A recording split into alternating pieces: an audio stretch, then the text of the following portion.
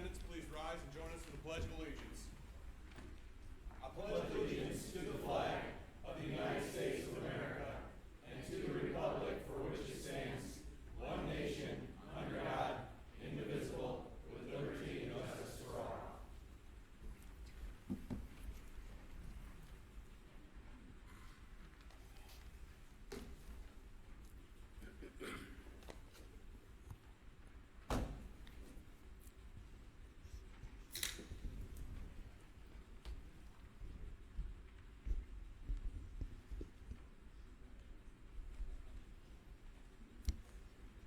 I'd like to welcome all of our friends and neighbors and colleagues to this regularly scheduled September the 3rd, 2019 City Council Minute.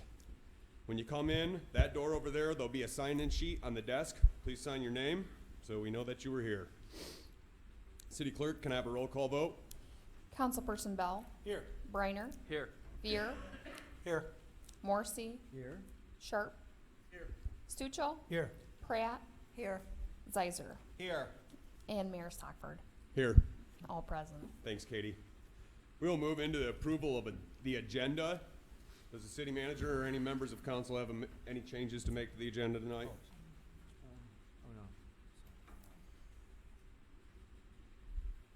Seeing no changes, I'd entertain a motion to approve the agenda. So moved. Support. Motion on the floor from Councilman Morrissey, seconded by Councilman Bell to approve the agenda. May I please have a roll call vote? Councilperson Briner. Yes. Veer. Yes. Morrissey. Yes. Sharp. Yes. Stuchel. Yes. Pratt.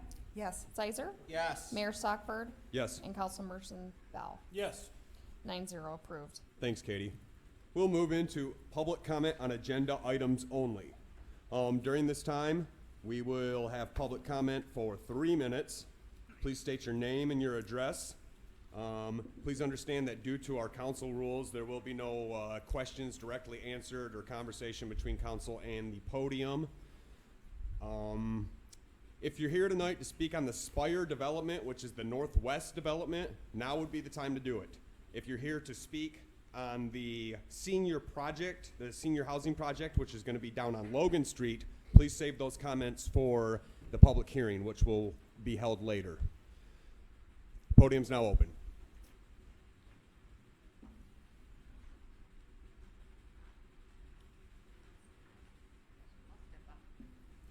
And please state your name. My name is Louise Worms. I live on East Fayette Street. I am here because I am still very, very concerned about this Spire Wells apartment proposal that's being made for West Street. I am vehemently opposed to it. I don't think we need another apartment building. I certainly don't want an apartment building down there. I think something should be done with the two properties that are in the middle. I don't understand why those property owners have been allowed to let that property fall into such a state of repairs. I think there are zoning ordinances, code ordinances that have not been followed through, and it's very disappointing for the people who are trying very hard to maintain and improve their properties to let that go. Let those people take that down. That's their responsibility, and fill it with some single-family housing, which we need in our town. Thank you. Thank you, Louise.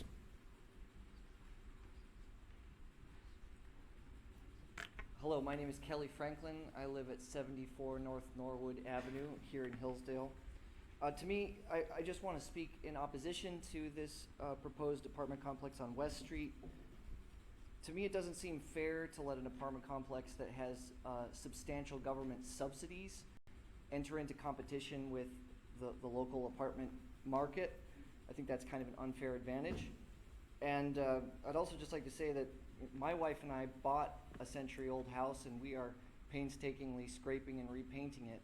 That's the kind of home ownership I'd like to see more of in our neighborhoods, and not corporate-owned apartment complexes. Thank you. Thank you, Kelly. Good evening. Cindy Nagley, 21 Westwood Street. I am completely opposed to the apartment complex going in. My property runs along the back of the proposed building site. I absolutely bought this property because of the neighborhood. We have a nice, quiet community, friendly for family, not a lot of noise, no problems anymore. And I don't want it there. I don't want to deal with the noise. I don't want to deal with the headache, the different people coming in. We have our own community. It's where we raise our children, our grandchildren. I'm not interested in the least in having 20 units, which I now see it's been downsized, in my backyard. I didn't buy that property for this reason. So, thank you. Thank you, Cindy. Carla Shear, representing 15 Westwood. I also am speaking in opposition to this apartment complex. I'm asking you to reject the plans for this 4-story apartment complex. I understand now that they've not going to be 50 units, it's going to be 40 units. It's still a huge building in the middle of a nice, small residential community, and the neighbors don't want it. We don't need 100 parking spaces. We don't need 100 cars coming and going to work and from work. Those cars are gonna have to dump out onto Westwood or come in off Westwood. And it's too much traffic. It's a company that's gonna be getting subsidies from the government to build this, and it's just not right for that neighborhood. You can build it somewhere else. I'm not opposed to housing somewhere, but it doesn't need to be smack dab in the middle of our neighborhood. Thank you. Thank you, Carly. I'm Ted Landell. I live at 82 Northwest. We're meeting tonight in this beautiful old building, and I see on the agenda that you have a New Dawn 100-year celebration and a Hillsdale Garden Club 90-year celebration. And over on West Street, most of the houses are well over 100 years old. I have one that's probably about 1860, and down the street there's other old houses, and the proposition calls to demolish 4 of those old houses and put up new buildings. I've done construction all my life, and I have no taste for new construction, new buildings, or new materials whatsoever. And I don't really want to live in a neighborhood with more high-rises and more apartment buildings. I didn't move to Hillsdale to see Hillsdale become more like Jackson and more like Detroit. I came to Hillsdale because it's a fine, small, old, family, traditional city. Thank you, sir. I'm Ruth Brown, Hillsdale County Commissioner, District 1, 45 Apple Run. On your agenda, down towards the bottom, Mayor Stockford's going to present a proclamation for World Suicide Prevention Day and National Suicide Prevention Week. And I want to introduce Pastor Lori Nichols. She's the pastor of the House of Refuge Church in Hillsdale, which is where McCall's Lumber used to be. Pastor Lori and I co-founded the Suicide Prevention Coalition of Hillsdale in January of 2015. And we now have a coalition of about 15 people who work diligently on preventing suicide. Pastor Lori and I and Marcy Nye, Judge Nye's wife, also founded a depression support group in Hillsdale that we meet now twice a month and provide depression support to people in the Hillsdale area that need it. We've never had anything for suicide prevention in Hillsdale until Lori and I founded it, and we've never had a depression support group in Hillsdale until the 3 of us started one. So we appreciate your support, and we appreciate on September the 10th, which when Mayor Stockford reads the proclamation, you'll see in there people will have a light in support of survivors and in support of suicide prevention efforts at 8 o'clock Eastern Standard Time on September 10th. Thank you. Thank you, Commissioner Brown. And thank you and Pastor Lori for your service to this community. It's definitely a much needed thing, and it's a good thing, and I'm proud of it, and I'm happy you guys are doing it. So.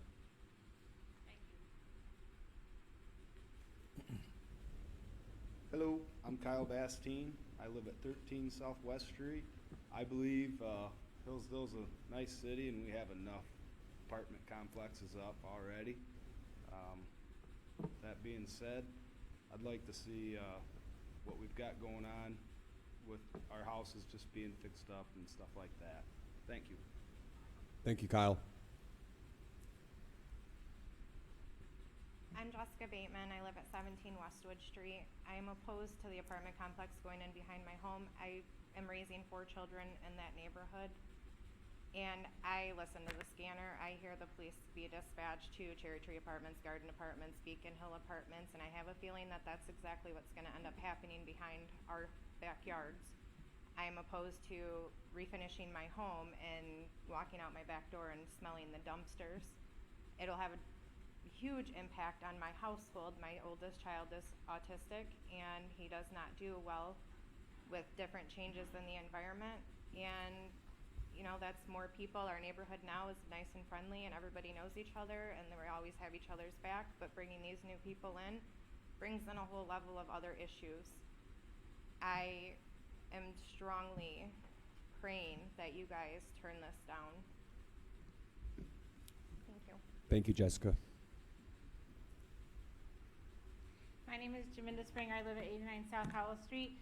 I am opposed to the apartment complex on West Street also, but I do think that many of us opposed to it are not opposed to low-income housing in Hillsdale or middle-income housing in Hillsdale.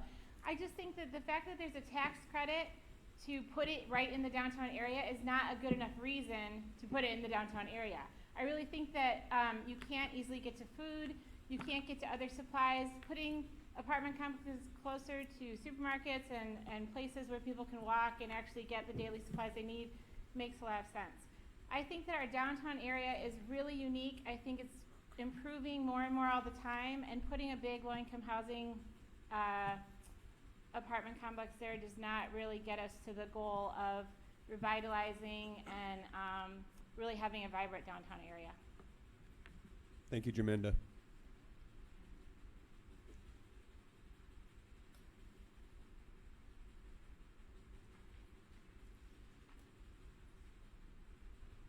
Forty seconds for you, Ted.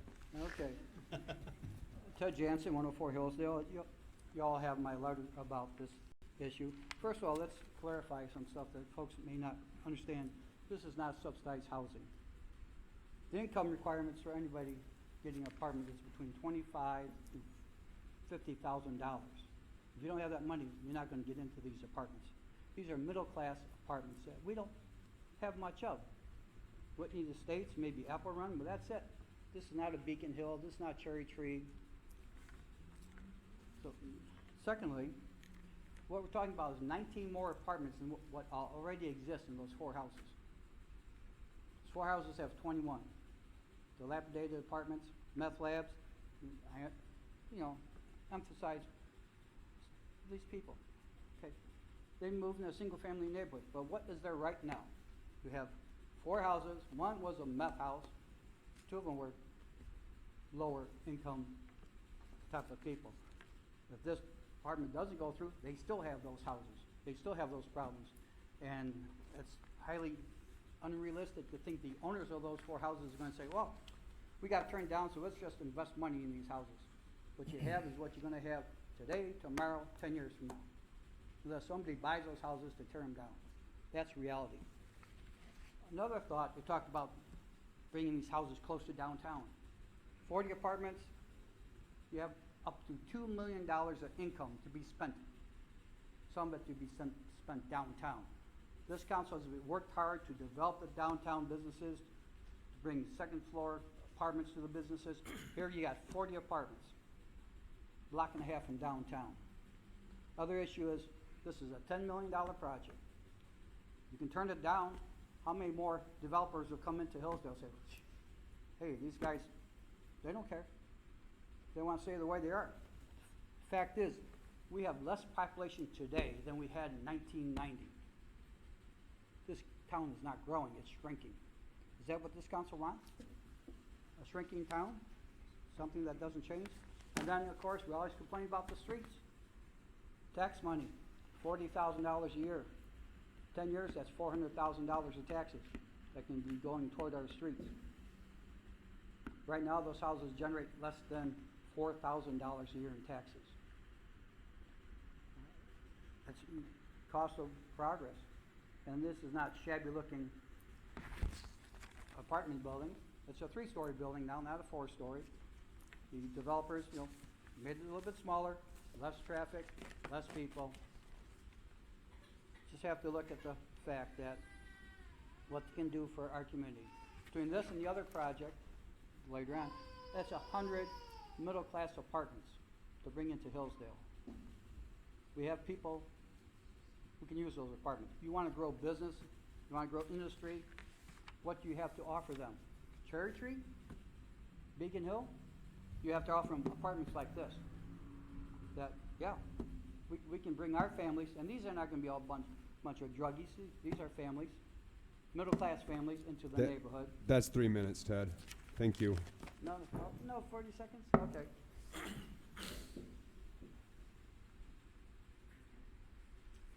CJ Troncray, 9 North Street. I am completely in agreement with him where it says that we need middle-income housing. Not there. I manage 2 of those properties, and I can tell you that the owner just put a $21,000 roof on it. So for him to say that we haven't been doing anything over there, he hasn't been watching. We've done a ton of improvements on the interior as well as the exterior on the properties. And, but they're 1-bedroom apartments, not 3-bedroom, 2-bedroom apartments that you're talking about putting in. And so as far as the amount of people or even if you put, I'm not sure what's in the 2 middle, and I've been looking into trying to do something with those ones in the middle. If there was something, anybody wants to give me a couple $1 million, I'd be happy to take on the project. But the fact is that we do need housing, we just don't need it there. It's just not good for the community or the local neighborhood. Thank you. Thank you, Lori.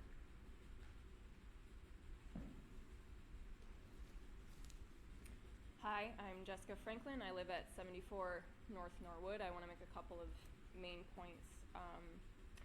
I don't think that that the Wells apartment complex would be a good development in the long run for the city or necessarily the people who would live in it. Studies show that concentrating a kind of ghettoizing people of a lower socioeconomic class in one area, one building, harms their upward mobility. Concentrating apartment complexes, this is across from Hilltop, it's near Beacon Hill, a couple blocks from Center City, that increases the undesirability of an area, that's bad for the city. And even if we can't do anything about the already existing complexes, we don't have to add more. And I think we can start something different that's better for residents of all incomes and better for the city, and that's mixed income neighborhoods. The U.S. Department of Housing and Urban Development says that researchers continue to suggest that mixed income approaches have potential for promoting effective neighboring relationships and creating new opportunity trajectories for low-income residents. The mixed income housing strategy is successful in providing a safe environment with good quality affordable housing in lower poverty neighborhoods near desired resources, amenities, and services. In this sense, the strategy provides a stable platform from which low-income families may be able to improve their chances. I just want to be clear, I understand the label is not low-income here, it's rent-controlled, but $25,000, I've lived off of that before, it's not very much. So if rent-controlled housing is a true need in our city, then I actually love the idea of mixed income neighborhoods. And I'd be happy to have some small units on my street. But could we do that by rebuilding the houses that we already have here in Hillsdale? Hillsdale County's Economic Development Partnership Director said in her letter and in a personal conversation that I had with her that the kind of housing that's being proposed here, or maybe she just meant rent-controlled in general, would be useful in Litchfield. So even though I can't necessarily recommend a complex like this, if it's here to stay, it sounds like Litchfield wants it, not Hillsdale. I would also like to say that this definitely affects Norwood, where I live. It's going to increase traffic. Current residents of West Street, some of whom I know, already use Norwood because West is a one-way. And we have enough traffic and speeding on Norwood where a lot of kids including my own, live. We don't need more traffic and more speeding. My husband and I bought our house on Norwood just a year ago. We've been improving it since the day we moved in. We're putting in our time and our own money to improving our property, which improves the neighborhood, which improves the city. What we're doing is not a quick fix, but it's a definite fix, and one that preserves the good that we already have in Hillsdale. Jessica, that's 3 minutes. Okay. Thank you. Appreciate it. Good evening. I'm Lauren Fink. I'm at 125 South Howell Street.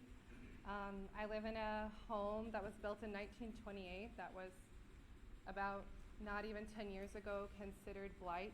People wanted it torn down, and it's been renovated completely and is a lovely home. We all know dozens of private homeowners who are improving both residential and commercial properties at an increasing rate in Hillsdale.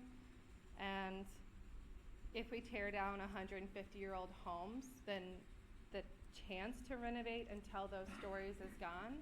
It doesn't mean that some homes won't get torn down, but we just have to be careful and thoughtful. If we can avoid that, it seems like that's a great idea. We know that someone could come in, and those are really beautiful properties with really beautiful yards in a lovely neighborhood. Doesn't seem beyond imagination. Also, I haven't done a lot of research, but I made some phone calls for about half an hour and found that there were apartments to rent in Hillsdale. So I'm not sure about how high the need is for this many units, like right at once.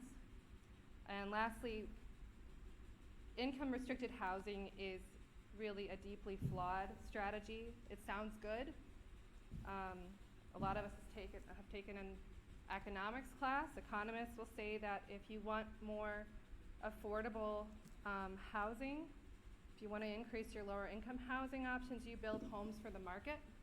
A lot of us experienced when we moved here, there were not a lot of homes that were about $150,000 to $200,000.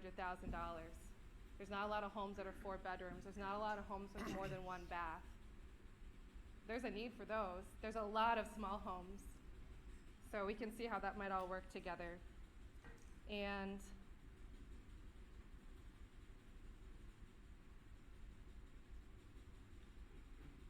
I don't think income restricted housing is good for our town or for the market. And that's about it. Thank you. Thank you, Lauren.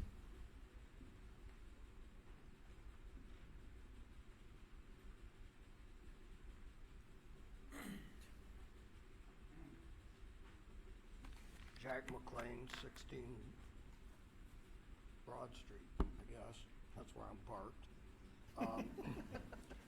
There was a rumor started or spread last meeting that I would like to stop, if at all possible.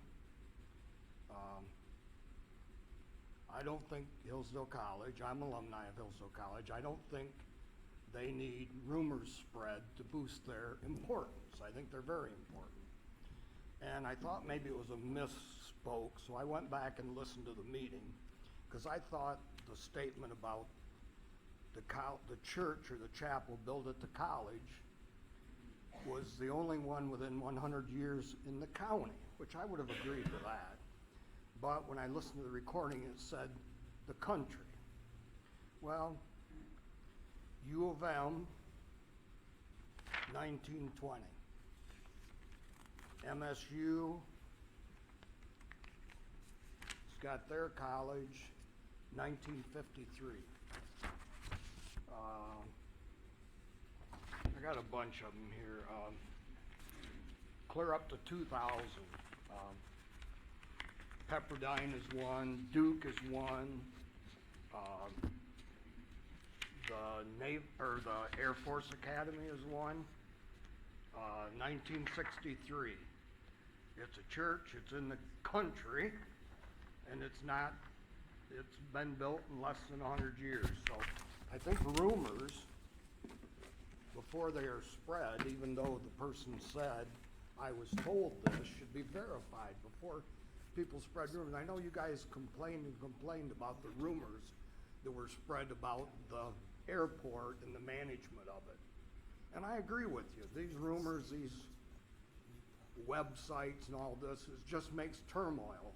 And so does a rumor like that being spread about the college, it makes the college look stupid because there's nothing true about it. I mean, why not speak the truth? You don't have to stretch the truth to make a place look good like Hillsdale College, because it already looks good. Thank you. Thanks, Jack. And I understand that there are minutes from the last council meeting on the agenda, August 19th. But let's please make sure when we have public comment that it has some sort of direct tie-in to what's on the agenda for this particular section of public comment. My name is Elias McConnell. I live on 6 North Norwood.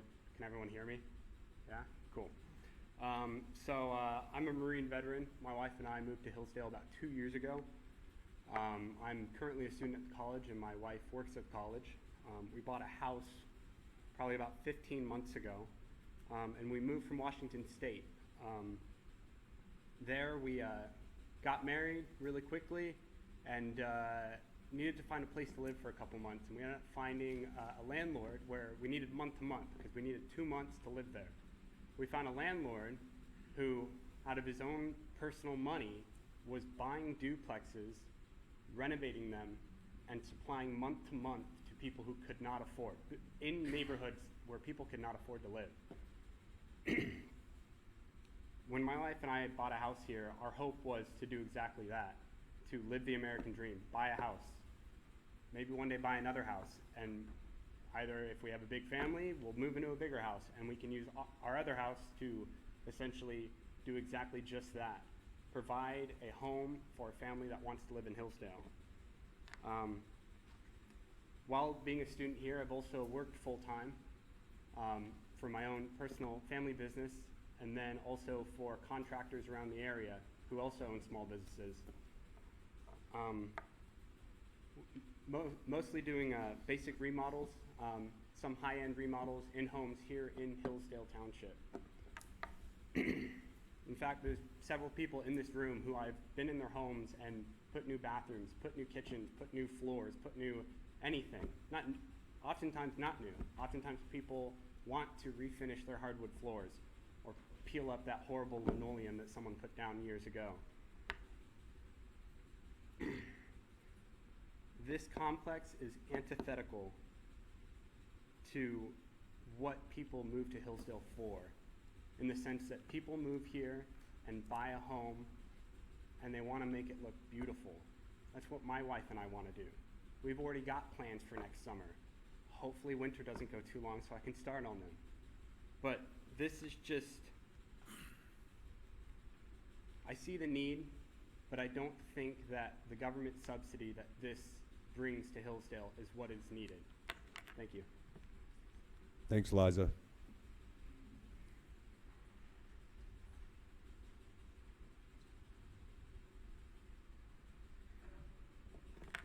Chris O'Keefe, 33 South Broad. I'm from Boston. I'm from a big city. I didn't come here and get a job here because I was looking for an apartment complex. I'm here for family and tradition, which are the same words that are written on the front door of this building. So it makes no sense to me why you would take away family and tradition for the sake of people who are going to come into this town for a few months to a year to 2 years just out of a matter of convenience. I mean, I'm looking right now to buy a home. I'm one of these young adults who has employment and is looking to settle down in Hillsdale, raise a family, be here for the long term. I'd like to live and die here. I don't want some cheap apartment building in my neighborhood. I'd be the type of person, like Mr. Franklin stated, who's scraping off the paint and refurbishing these old homes. I want an old home. I'm here for the history. I'm here for the tradition. I'm not here for an apartment complex. 33 South Broad was built in the 1800s as well. I love that. I'm renting that right now, but I'm looking to buy a place. I want to invest in this community. And I'm not gonna stick around while we're just taking cheap shortcuts just for the sake of convenience. That's ridiculous to me. I want to invest in history, tradition, and family. And that's what Hillsdale is good on. I can go take my business elsewhere, take my money elsewhere. I'm not gonna invest in something if this is how we look at our community. It's just, oh, well, $40,000, I guess we'll take it.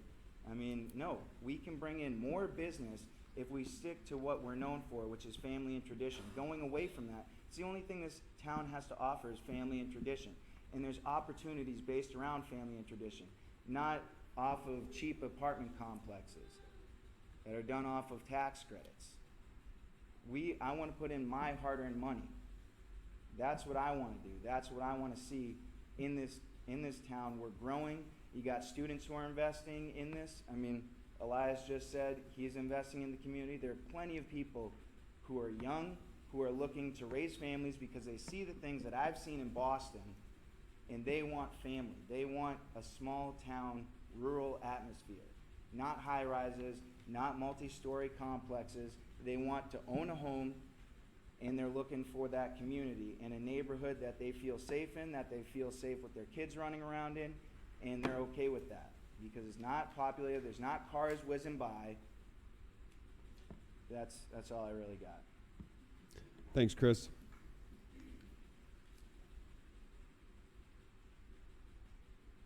Any more public comment? Yeah, I'll go. Ladies and gentlemen, you've heard some of my concerns already at this point. So the one that I'd like to address here in session is there's been a number of comments saying that we don't want this apartment complex here. It doesn't fit the aesthetic, it doesn't fit the neighborhood, doesn't fit the vision of the residents who want to live here and invest long term. Now, you gotta say that, I've lived in a number of large cities as well, where we're stacked cheek and jowl, and you gotta do what you gotta do when you're living there. But, as a preference, that's not what any one of us want. I've gotten to know the people on the block here, single mothers who have worked, every day of their life here to be able to buy a house. Young couples who have 5 kids, people just starting out who've just gotten married. Now, we can try to put more people in here. I think, Hillsdale's a great place and people should move here. But let's look at how we want to grow. There wasn't, a voice thundering out of a pillar of fire and cloud saying this zoning will be how it will be here and the West must have high density apartments. Let's reconsider this. The zoning laws work for us. We're the residents. We're not going to be, Jackson Hole. We're not going to be Seattle. We're not going to be San Francisco. Thank God. But we can be the best Hillsdale if we play our cards right. If we take the long-term view now, the 50, the 100-year view, look generationally what we want to have our kids and grandkids growing up with, we can come up with something. We can be the best Hillsdale we can be. However, if we're chasing cheap, quick fixes to put a patch on a problem that will in turn metastasize the very problem we're trying to avoid, we can make ourselves a pretty good Flint, we can make ourselves a pretty good Detroit, and we can make ourselves a pretty good Jackson. I don't think that's what any one of us want. The buildings that they want to knock down, yeah, it took 150 years to get them dilapidated like that. You try to build some of those ones new, the brick one especially, that's $400 to $600 a square foot to rebuild. Like once that's gone, that's gone. People who refurbish old downtowns, small towns, they call that irreplaceable architecture. That's the inheritance that Hillsdale has to work with. That is, those are the very things that we have to offer. The unique, grown out of the Northwest Territories feel that we have here. It's a small community, but let's be the best Hillsdale that we can be and preserve what we can preserve and build a community that we can have families in. Thank you very much. Thank you, sir.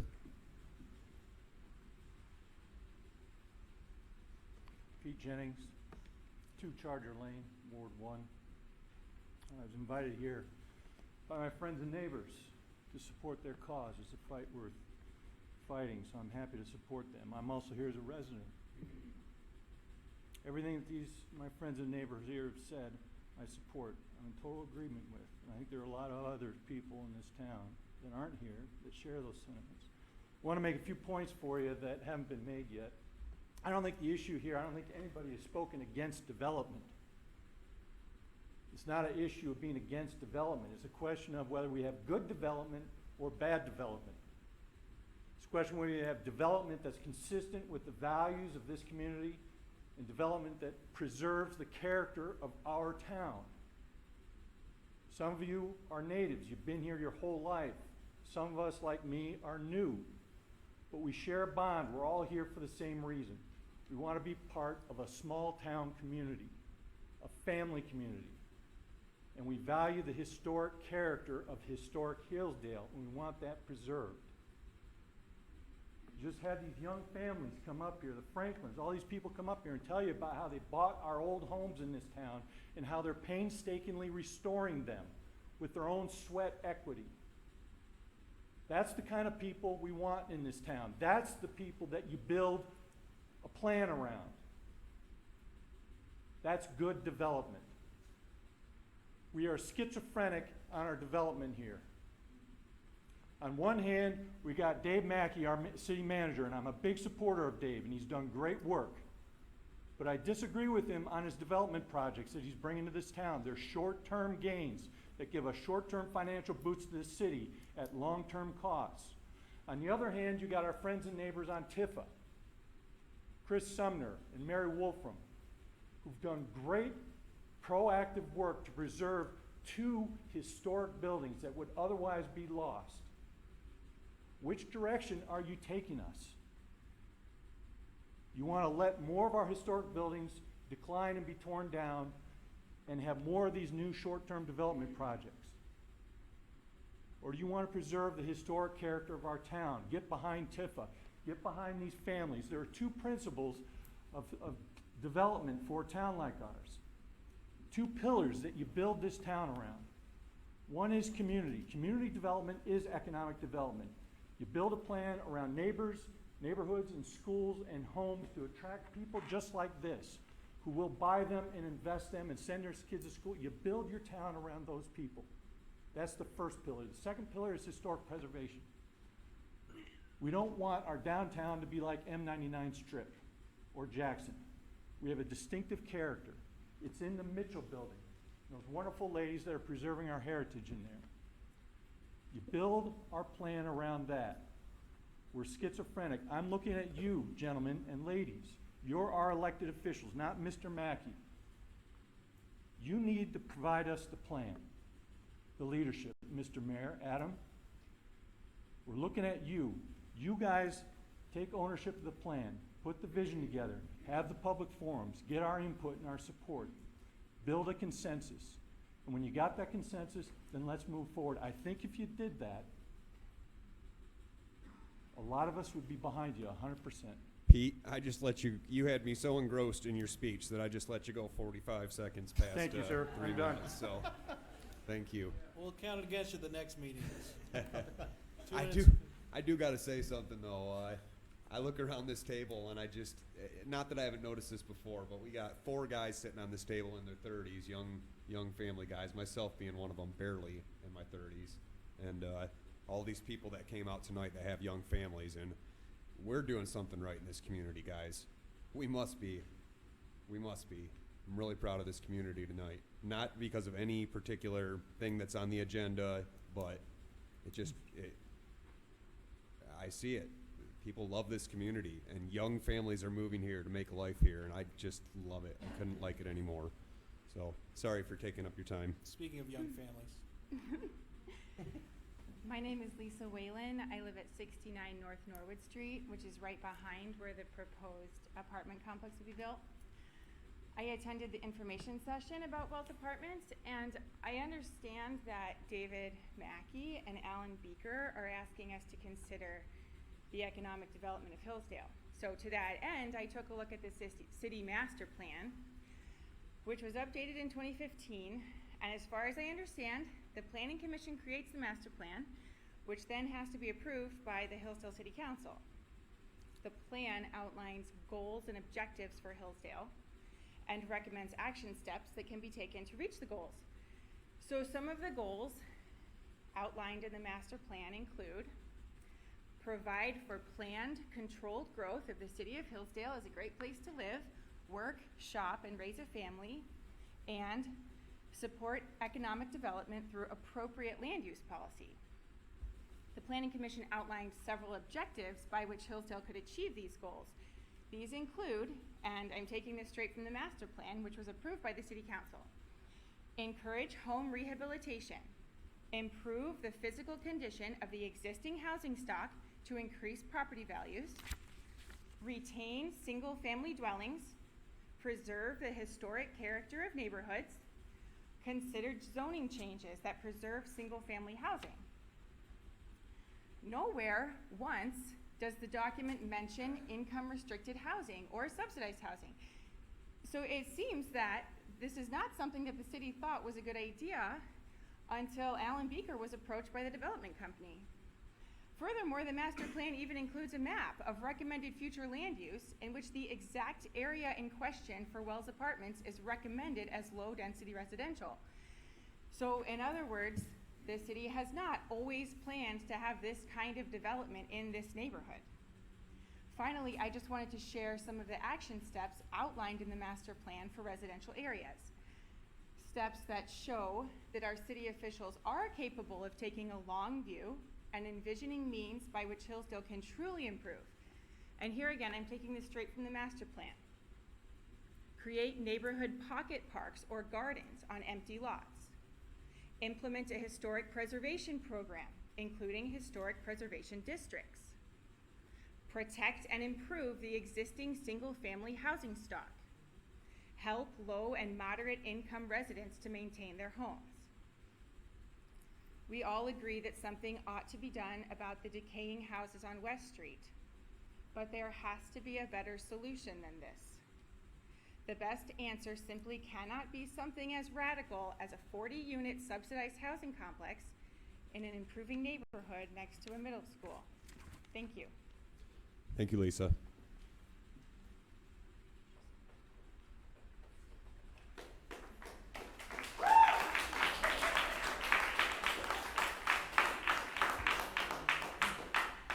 Well, thank you, folks. Appreciate it. Any more public comment?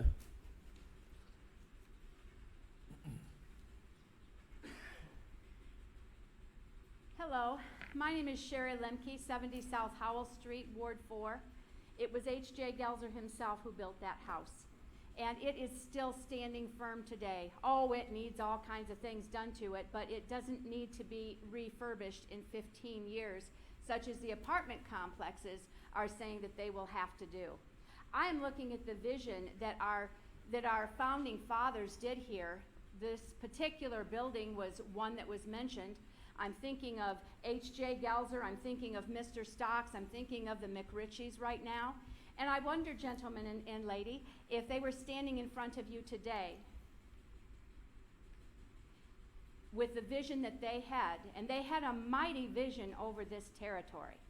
It's lovely, absolutely lovely. I wonder what you would say to them today.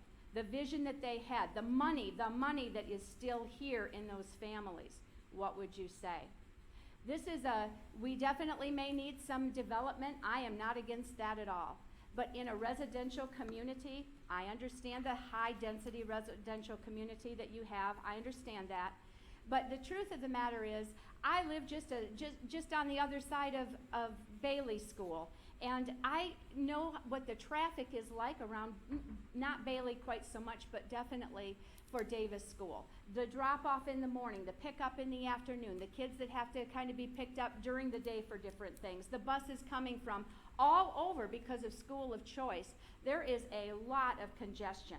And if you have a chance, I would encourage you, as school starts and school ends, I would encourage every one of you to be driving down that road on that day. Because the kids dart out, there's so much congestion. You put in 40 apartments or however many, there's going to be a lot more congestion there. Hillsdale is a really good place. I have to tell you, I love Hillsdale. Mayor Stockford, you talked about the young families. Well, I'm an old lady that bought a house in Hillsdale, for goodness sake, and I count too. The whole thing of it is, we love Hillsdale. Many of us do. We love Hillsdale City. We love Hillsdale County. We love our neighbors. We love to be able to take our walks and see one another and get to know one another, have community. And with what you're proposing in that particular area, I would suggest wouldn't bring community together. That would be my suggestion. I would ask you to perhaps look elsewhere. I would ask you to perhaps, for those of you who know the Lord, ask him what he would have to say about this. And think about our founding fathers. Think about our founding fathers. What would they say? What would they do? What would their vision be at this time? Because I can guarantee you it would not be a large apartment complex right there. And I can guarantee you that they would have a good solution for that. I have one solution that you can all laugh at, because you can laugh at old ladies. But I recall some years ago when the building that is now Trevathan's Sew and Sweep and the quilt shop and all of that, that was a garage, for goodness sake, and the city sold it to them for $1. Why? Because the renovation of that was going to be a fortune. So they bought it for $1. And by golly, if you haven't been in there, they'd have done a marvelous, marvelous job. Would there be a possibility?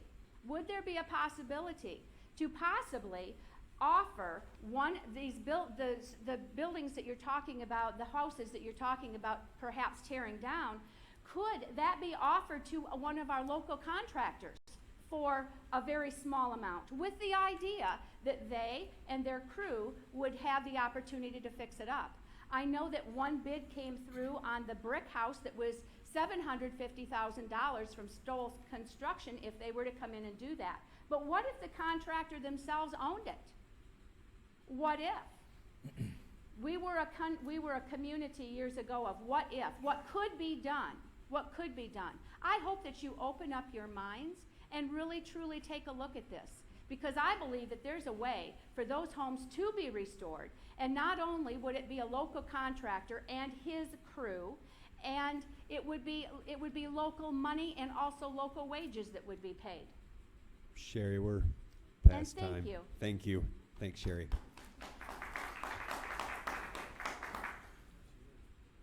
One trip to the podium, Lauren. Did I finish my 3 minutes? That's not how we operate. Can I have 20 seconds? Lauren, if I give you 20 seconds, I have to let everybody else come back to the podium for 20 seconds. Can you give me 10 seconds? There'll be a... Just toss a negotiation. That's good. No one else will speak. Let her go and have her 20 seconds. It's really quick. Is Lauren the last? Anybody else? Yeah, Lauren, it's not a good idea. Lauren, What did you say? Did you say to go back? I said it's not a good idea. There's another public comment section after the vote is held, and you are welcome to use it. And I would love to let you speak, but it wouldn't be fair. Okay. So I'm sorry.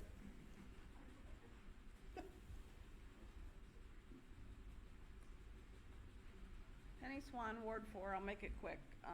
The no parking on Hillsdale by the college I think is a great idea. I lived up there for 10 years and I've came close to hitting college kids going in and out of those cars numerous times. The visibility isn't good.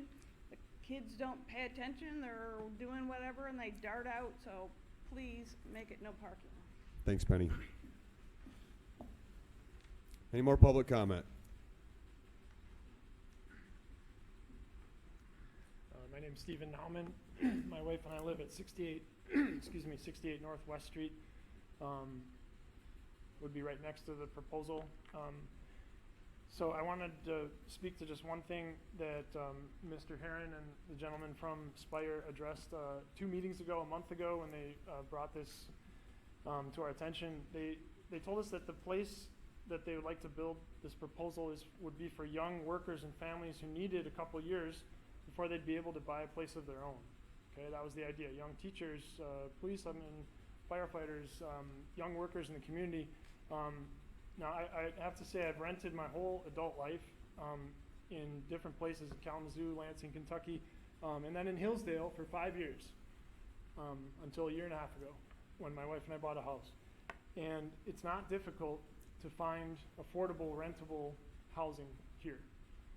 It isn't. That's part of the charm of this community, is it's not a similar sized community that's a bedroom community for Kalamazoo or Lansing or Ann Arbor or Toledo or Fort Wayne. We're isolated geographically, this county. It's beautiful, okay? Which means rent is affordable, and that's affordable. What we don't have, what's extremely difficult to find here, is our houses in the modest income range, 75,000 to 150,000. There are not a lot of those. They're on the market for a day or two, and they're gone.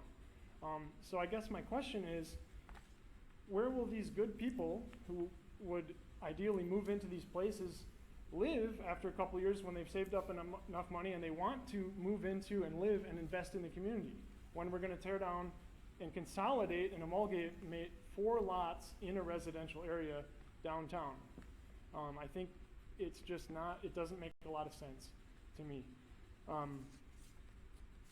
My wife and I, 15 months ago, like Elijah, the gentleman who spoke earlier, you follow a lot of these people. There's a trend of people moving into this community, not just our neighborhood, but others.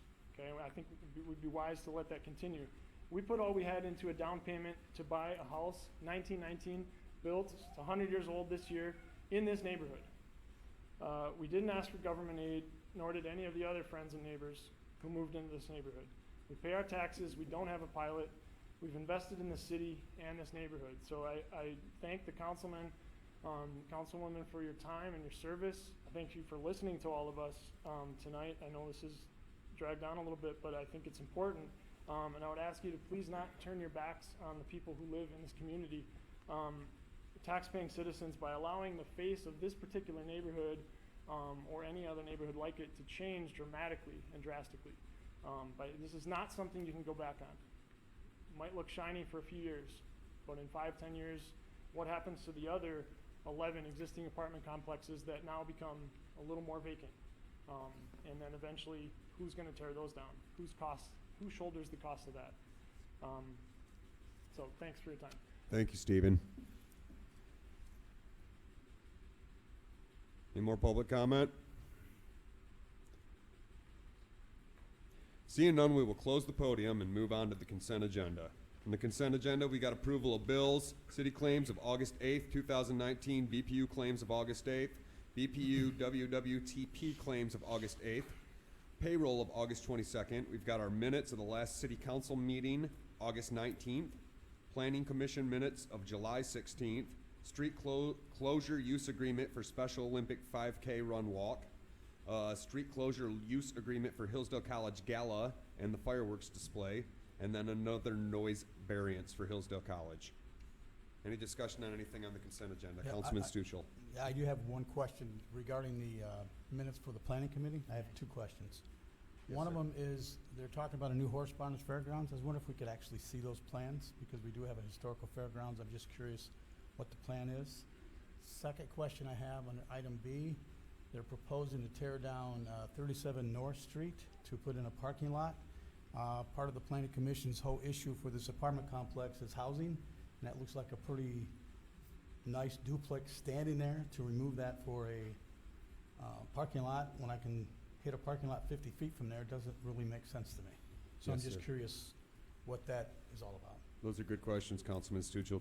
Were you at the July 16th meeting? No. Alan, can you speak on that at all?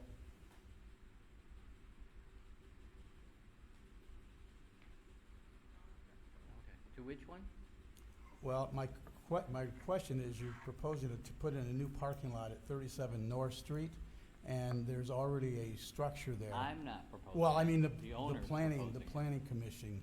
So is in the the owner approached and requested to tear down the structure and put in a parking lot, which is fully within the rights of the property owner, and it meets the requirements for zoning. So, it was allowed. But I thought I was under the impression we needed housing in our community. I Okay. It's I'm private just- development. I don't Okay. necessarily have control. I can't necessarily tell a property owner that they can or cannot do something with their property if it meets the ordinances that are there for me to enforce. This met all of the ordinances, and the private property owner desired to do it and had submitted all of the plans that met all of the requirements for the city. And so by following ordinance, she is allowed to tear the house down and put in a parking lot. Perhaps if you've got the contact information, maybe if you feel like it's appropriate, perhaps you could pass it along to Councilman Stuchel and he could talk to the property owner. If that's possible, yeah, I wouldn't mind doing that. Yeah, it's a thought, so. Yeah, just to back up what Mr. Beaker is saying, it's property rights issue, really. That's what it sounds like, so. Thank you, Alan. Any more discussion about items on the consent agenda, gentlemen? Motion to approve, Mr. Mayor. Motion on the floor from Councilman Bell, seconded by Councilman Morrissey to approve the consent agenda. May I please have a roll call vote, Katie? Councilperson Veer, Yes. Morrissey, Yes? Sharp, Yes. Stuchel, Yes. Pratt, Yes. Sizer, Yes. Mayor Stockford, Yes. Councilperson Bell, Yes. and Briner. Yes. 9-0 approved. Thank you, City Clerk Price. We will move on to communications petitions. Item A, the New Dawn 100-year celebration event, which I believe is tomorrow at 5. And the public's welcome, right? So everyone's invited. Second item is Hillsdale Garden Club's 90-year celebration. Wow. And that's at September 12th. And that's at the Sage Center for the Arts at Hillsdale College. Item C, at the Hillsdale County Fairgrounds, there'll be the Michigan-Vietnam Traveling Wall event. That's the 22nd of September, 23rd, and 24th. There's another letter from Comcast in communications petitions. Mutual aid automatic service agreement. And that's between us and Jonesville. And then there's a letter to council from Mr. Jansen, which he basically spoke on during public comment time. Any discussion on anything in communications petitions, gentlemen and ladies? Seeing none, we will move on to introduction and adoption of ordinances, public hearing. This is for the apartment complexes, proposed senior complex at 60 Logan Street with Wallach Communities. And we will once again open up the podium for anyone who wishes to comment on this. Please limit your comments to 3 minutes. And state your name. And understand per our council rules there will be no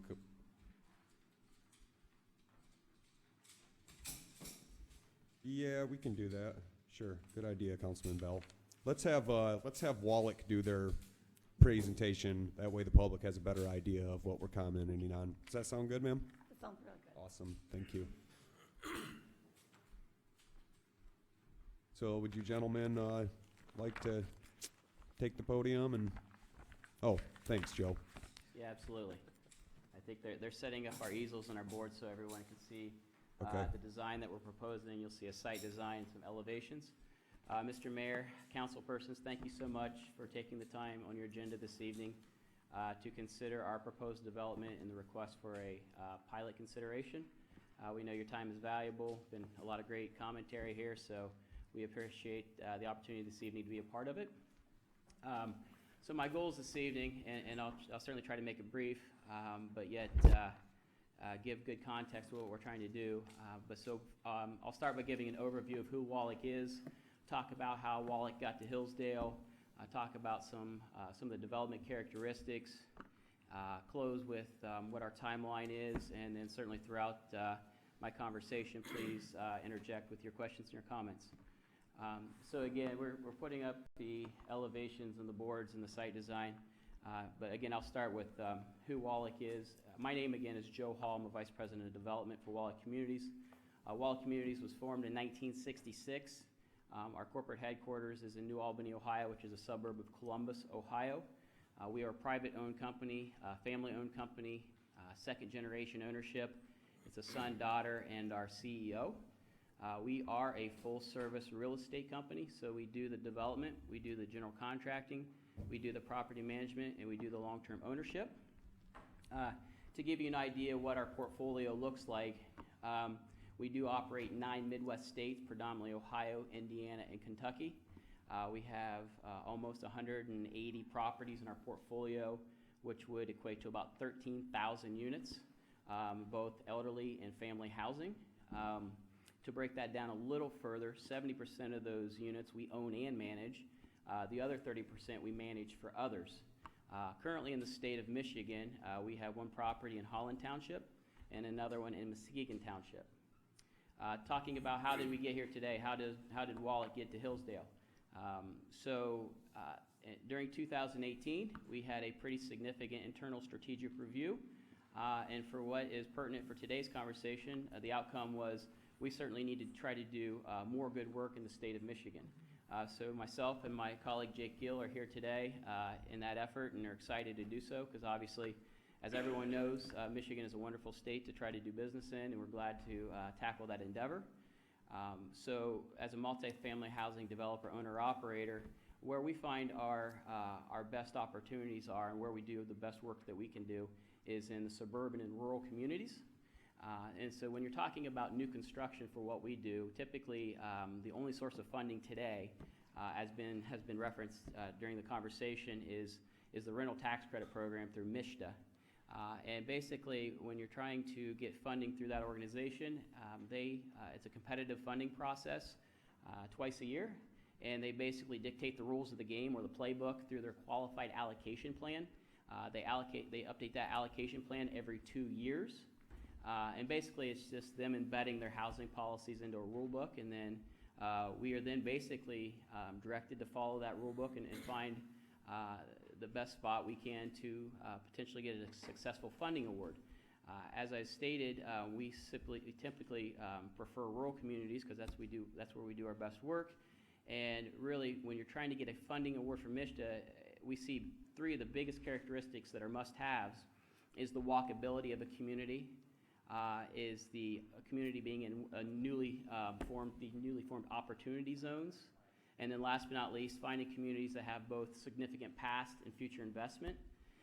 And when you're talking about rural communities, that's a really difficult find in the state of Michigan to max out all those areas. However, fortunately, Hillsdale is one of those rural communities as defined by MISHDA that does max out points in those areas. And as you can imagine, who wouldn't want to do business in the city of Hillsdale, as we're learning today, is a great tradition, and certainly it sounds like a great future forward. We were fortunate enough to find the site that we're talking about today. The site is on 60 Logan Street. It is a 5.17 acre site. It is currently zoned planned development, so it's currently the use that we're proposing is currently zoned correctly.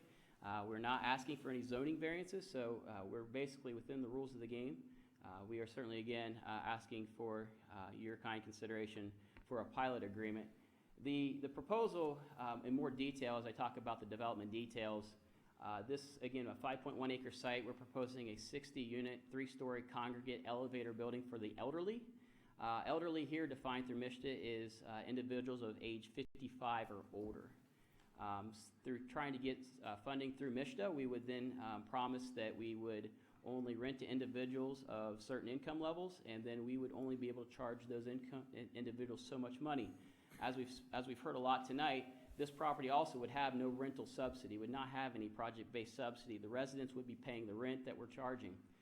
Again, these are financially driven models that do try to maximize the ability to keep them stabilized. Therefore, we do need the residents to pay the full rent that we're asking.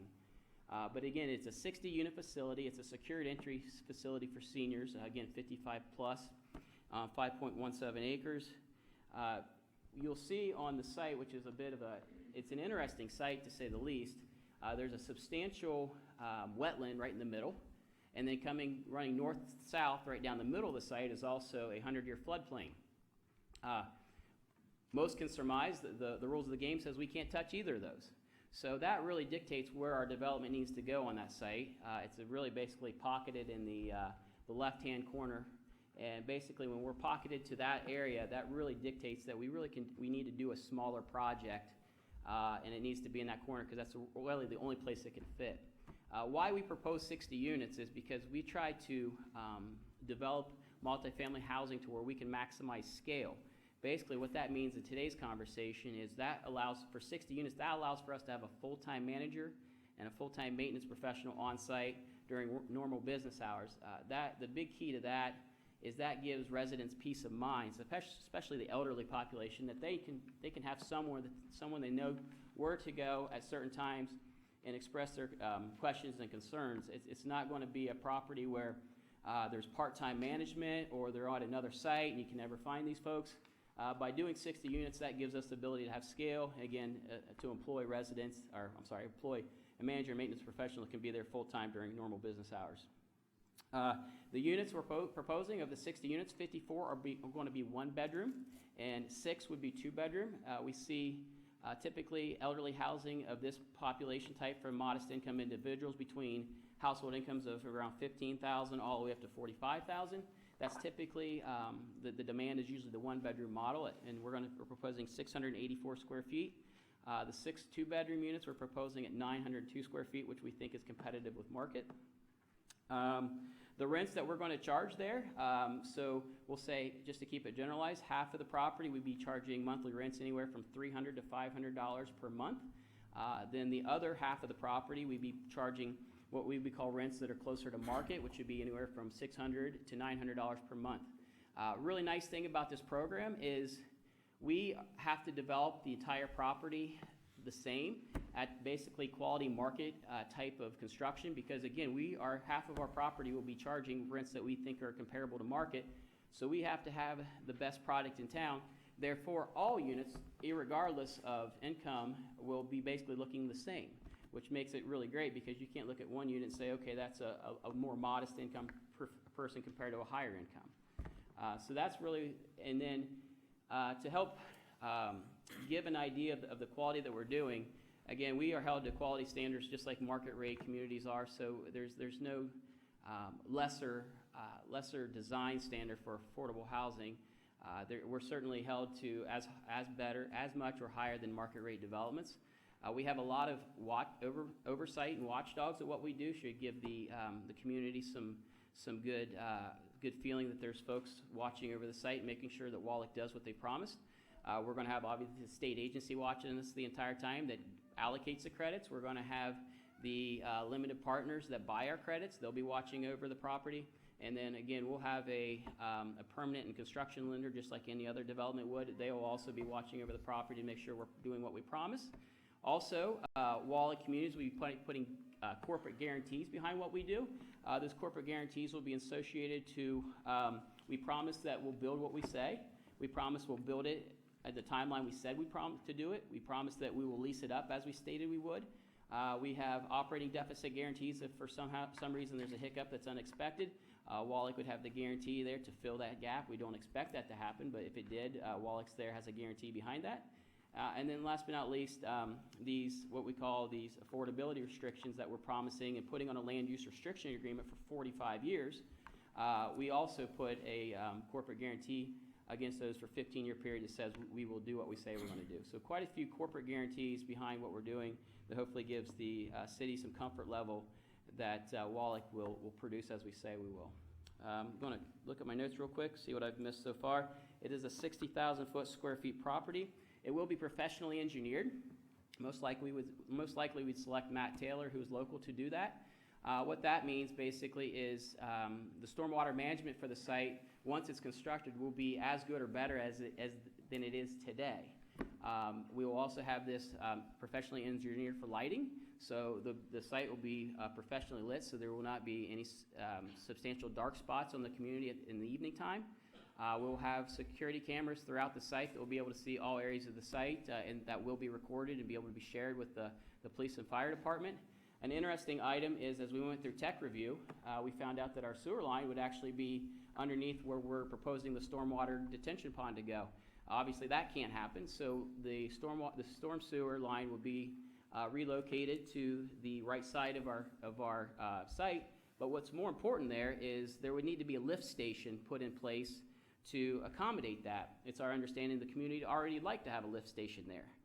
It's our understanding that that lift station is potentially not even within the next 5-year budget to do so. Walled Communities, as the developer of the site, would like to partner with the city and pay for the cost of that lift station. So hopefully that's something as a benefit we could bring to the community, is bringing that lift station to that site that's wanted, whether the site's there or not, or the property's there or not. So that talks about some of the engineering of the site. Let me look at my notes here. So we certainly, again, I mentioned for seniors. Seniors, it's important that seniors can, they keep their mobility and keep their sense of social aspect of their life. And we really appreciate that the walking path is to the south of our parcel. So what we would be proposing is to connect our parcel down to the walking path there and extend it outward to Logan Street to be able to connect to the existing walking path and give our residents the ability to continue to be mobile and active and social and be able to use that walking path and have an access to it. So it's a small piece, but it's a pretty cool amenity to the site that we're pretty stoked about. The site itself would have a community room for gathering. It would have a warming kitchen, and it would have an exercise facility area, a business center, computer room, and I see I'm losing Mr. Mayor, so I'm going to start to wrap this up. The timeline of the property is hopefully we'll get financing in December or January this year. We'll start to do construction fall of 2020, finish construction fall of 2021, and have a full and vibrant community spring or summer of 2022. We hope to bring a solid base of new resident taxpayers to the community that will also be local consumers, and also to bring some activation to a vacant site today that's really not providing much benefit to the city. With that, I'll hush up and take questions and comments, and thank you for your time. Any questions for Mr. Hall? Councilman Bell. You mentioned just barely new taxpayers, but this thing that we're voting on tonight would mean that the developer pays us 10% Yeah, of so rent, I'm but talking they wouldn't be new taxpayers. Right? from an income-based perspective. So you'd have new income taxpayers to the city because they'd be residents of the city. But it's a senior project. But I agree, but we can all recognize that when you're age 55, you certainly haven't reached retirement age as quite as Hopefully. yet. Right. You mentioned at the beginning of your presentation that the only source of funding is MISTA, but if you have 13,000 units, can't you be your own funding institution? We can, but that's just not the model that we use. Okay. And don't get me wrong, I'm not trying to, this developer and all developers who have come to us have been very respectful and professional. So I'm not trying to blame them. I'm just saying the government created this mess. How did people find houses before MISTA existed? How did this happen? Or HUD, for heaven's sakes. So I really think that while it would be good in the same context as some of our neighbors commented, in long term, this is a lose for the city. So those are my feelings. I got some more, but I talked too much. So thanks. Yeah, to parlay off that, I think as Mr. Bell referenced, the pilot would probably generate somewhere between $30,000 and $35,000 of annual income to the city, for which I'm guessing the city's getting minimal off that site today. Councilman Sharp. With the other people speaking, they talked about housing in Hillsdale. You have a lot of seniors in this town. They find it hard to keep up maintenance on their home as they get older, finding someone to do it for them. I being one soon. In a few years, I will be retiring. I won't be able to keep up with my house or shoveling the sidewalk, mowing the lawn, whatever it takes. I know there's some people that were looking for something like this. When Center City went in, it filled right up. There's been questions about the shoddy construction and all that in there. I don't know the facts on that. That's not my ball. But what you're proposing here is very interesting. It's offering people an opportunity to sell their homes to younger couples, to allow them the opportunity to move in those homes, fix them up, and do whatever it is to keep younger people in this town while the seniors have a place to go and live and still stay in Hillsdale. It gives them that opportunity to live and die in Hillsdale. And that's what a lot of people are saying. We want to grow up, live in Hillsdale. We want an opportunity to, when our time comes, to die in Hillsdale if it happens. but we cannot keep maintain our homes sometimes. Sometimes it's out of our, you have a furnace go down, water heater goes, something like that. People find, sometimes they can't make ends meet. This is an opportunity here where you don't have to worry about that. Some of the questions is, you said you're gonna be here for the long term. That's one of the questions we wanna know. I didn't see in here, I just briefly read the notes. Is it pet friendly or not? Is that another one like Center City, not pet friendly? It'd be pet friendly to the extent that small animals. Okay, because I know over there, that's a little different there. It's just, I see a need for it here, but because I see housing's the shortest thing here, and people do want to buy some of these older homes, and the people living there are elderly, and they're looking for an opportunity to possibly sell their home, and then they could go into this place, and they wouldn't have to worry about the maintenance issue on it. And I think this is a good thing to look at compared to the other apartment thing. This is in the location, if you people know where it is, it's a vacant lot. It sits there in a green space. It meets the criteria for that compared to what you guys are saying over on West Street. It's totally different world here. And that's why I'm interested in this very much. Thank you. Thanks, Councilman Sharp. And Joe, what we're going to do is we're going to open up the podium, give the public a chance to speak, and then we'll go through council questions. I'm sorry, Councilman Beer, I think you did have a question. Yeah. I was just, now is that, I had read somewhere where it's going to be connected to the walking paths and stuff. It'll have connectivity on that as far as the existing ones. Yeah, absolutely. We'd be extending what we would need to on our site, asphalting it, and then we would get an easement from the city to asphalt across the city's lot, and then we would finish out asphalting the existing pavement to the road to connect it to the walking path that's actually asphalted today. Okay. Is there any more council questions? Okay, so we'll open up the podium, and then now from this point on, Joe, if there's questions asked by the public that you feel a need to respond to, then you can use the public comment time as well. Okay. All right. Well, thank you so much. Yes, sir. The podium is open. Good evening. My name is Janice Hutchins. I live at 82 Marion Street. I can see where this proposal is just being opened up to all of us because until yesterday, I knew nothing about it. I'm sorry to say that it wasn't my own Councilman Briner, Councilman Bell, that were knocking on my doors this past weekend to inform me of this. So I didn't come prepared to really speak tonight, but it was another member of this council, Councilman Stuchel, that informed me of what was going to be happening.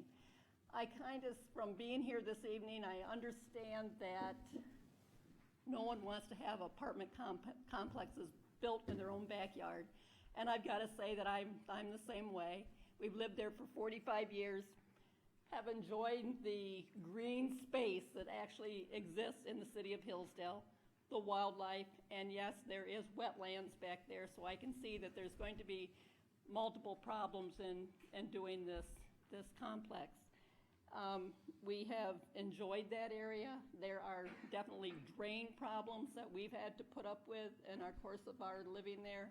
So yes, there are going to be challenges, I'm sure, to be building this new apartment complex. Unfortunately, I realize that this is not a decision I know that this is not a decision that's being made tonight. We even knocked on our neighbors' doors to see if they were even aware of anything like this happening, and they were not. So it is all new to people in our area, and I can tell you that not anyone is in favor of it, but here again, this is something new. We have to hear what the proposals are and what will develop in the future. I do believe in the many years that we've lived there, we're not naive enough to know that this could possibly happen, but there again, why do we always have to destroy nice green space that exists in our city? There are so many abandoned factories and other buildings in our area that could be turned into housing, or there's already water and sewer already there. Why can't we use some of these things for housing? Thank you. Thank you, Janet. Is there any more public comment? Pete Jennings again. Just a quick comment following up on that. Thank you, Mr. Stuchel, for your pounding the pavement on this as your representative, and I appreciate your hard work on that. Very conscientious. And the lady's comment about being surprised by this, just want to emphasize again, I think you'd have a lot of support. I think the people here, the voices were very reasonable. I think if you'd have a lot of support. We recognize there are problems, there are challenges, they're not easy. But I think you'd have a lot of support if you took charge of the plan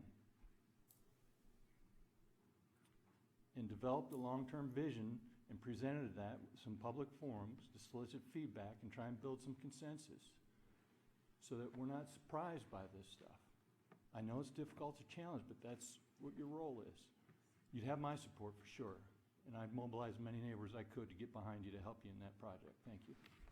Thanks, Pete. Councilman Stuchel, how many people did you get a chance to talk to down there? Well, there's not that many homes, actually. No, I know. I went down there as well. I didn't get a chance to talk to Yeah, Mrs. probably, I'm trying to count how many homes were. I had about 8 homes. I probably got at least 4 or 5. Okay. Got some people out in the yard, but there's some people not home, so. All right. Well, I talked to I just Todd kinda covered Ritchie Logan over and at. Marion Street. I just kind of covered Logan and Marion Street where the project is butting up to. I didn't Okay. go down all of them. Okay. Just that corner. That's right. Okay. Lauren, go ahead.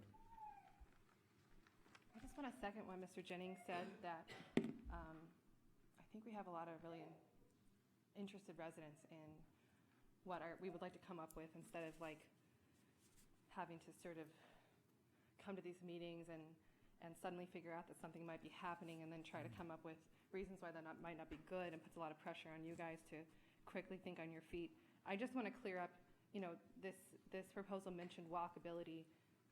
If I'm understanding this location right, and I walk everywhere, I live off of downtown, and I kind of know like how far people typically walk to get somewhere. The only thing that's very walkable within this range is a spay and neuter clinic on State. So you can, even to get to downtown, which for an elderly person isn't going to get you much, it's not going to be basic needs. I'm not sure like what walkability the definition means, but I'm not sure that that's really a super walkable area. And the last thing I'll just say is, I feel like what Adam said way earlier, I'm really proud to be in this town, and I love coming to this meeting. It makes me want to come to every single one. I know you guys want to hear from me all the time. But I really trust you guys to stop unqualified proposals in their tracks.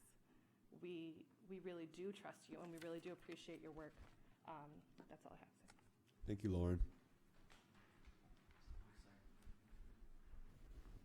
So Mr. Mayor, it's obviously brought to my attention that I did a poor job of explaining walkability. Walkability is Hold not on now, Joe, because you get an hour in public comment, so you get one shot. So do you want to wait and see if there's any more comments from the public? Okay. Well, hold on. That was Okay, there it is. magnanimous. Yeah, that was good. I will wait. Thank you. Yes, sir. Well, we offered the same to the other developers, so. Actually, I'm very interested in this. This seems like a great idea. I'm 57, so I would qualify for something like this. So I can walk a lot. So it's not too far walkability. My mother's 77 and she outpaces me. So I think it's a great idea. My only concern with something like this was the high rise was 55 and over. And now it's not. And it's not a good place. And our seniors need a safe place. They really do. They need a place that they can go and they don't have to worry about kids running around and tripping and all these things. So I think there's a strong need for something like this, and even something this large, because old people like to hang with old people because they're smarter. So it's true. So, you have more to talk about. And so something this doesn't even seem too large. So it's just, that would be my biggest concern is, and they say, a developer comes into town and, hey, we're with you. How long do you hold them to that? Is it 5 years, 10 years? Don't let it become another high rise, because that's a train wreck. So that's my, Thank you. Any more public comment? Penny Swan, Ward 4, and I guess I'm elderly, and I've been trying to get into Center City for 6 months. So I would love this project. I love the location. I love the walkability, because you can go right out there in the path and walk all over. It's pretty flat. I like that it's kind of nestled away from downtown. I'm going to be moving into Center City, and I'm not real happy about it being right downtown. I love that location. So I actually am for this project. Like I said, I couldn't get into Center City. It took me 6 months. The high-rise, I agree, I was cringing thinking I was gonna have to go in there, because I've done home care in there, and there's lots of bed bugs in there. And all the other places, you have the police going out there, and I feel safe at Center City, and I think I would feel safe here. So if this gets approved, maybe I'll be moving there. Thank you. Thanks, Penny.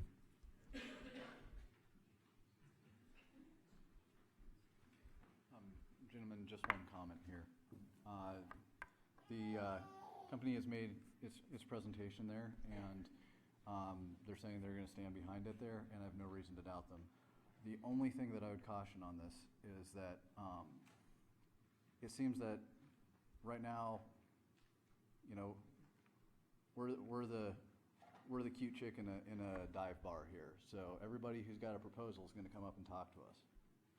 So, you know, I would encourage, just to launch off of my previous comment, gentlemen, is that, and lady, but let's not snap kick something with a long-term repercussion. It's like, maybe let's take some time, take a look at this, look at what we want Hillsdale to be. Again, reiterate, taking a long-term look, and see how something like this will fit into it. So rather than, you know, quick slapping a Band-Aid on something that, you know, could become gangrenous, you know, I don't think this one, you know, I don't know if it would be, but let's take the time to make sure, double check that, you know, in medical terms, we're not amputating the wrong leg, or that we're not operating on a problem that we don't need to, or that, you know, if this is the right thing, you know, it fits with the direction that we want Hillsdale to go. So I'm not up here to say, you know, this is, you know, unqualified no, but let's say that let's figure out the first principles of what we want, you know, Hillsdale to be before we start slapping things into empty spaces. And it might be that this is exactly what you guys want. This is exactly what Hillsdale needs. But let's at least give the residents in the area and the rest of, you know, and the rest of the people in Hillsdale who, you know, will probably have sympathy with people who's like, yeah, we don't want stuff in our backyard if it, you know, if it violates the reasons that we moved to Hillsdale. Let's take a look at this, and, you know, I understand that people are getting older and people are going to want to move in here, but let's take the time at first to, you know, to do the first few moves of a chess game right, so that the game develops the way that we want it. Thank you very much, gentlemen. Thank you. And you as well, Mr. Mann.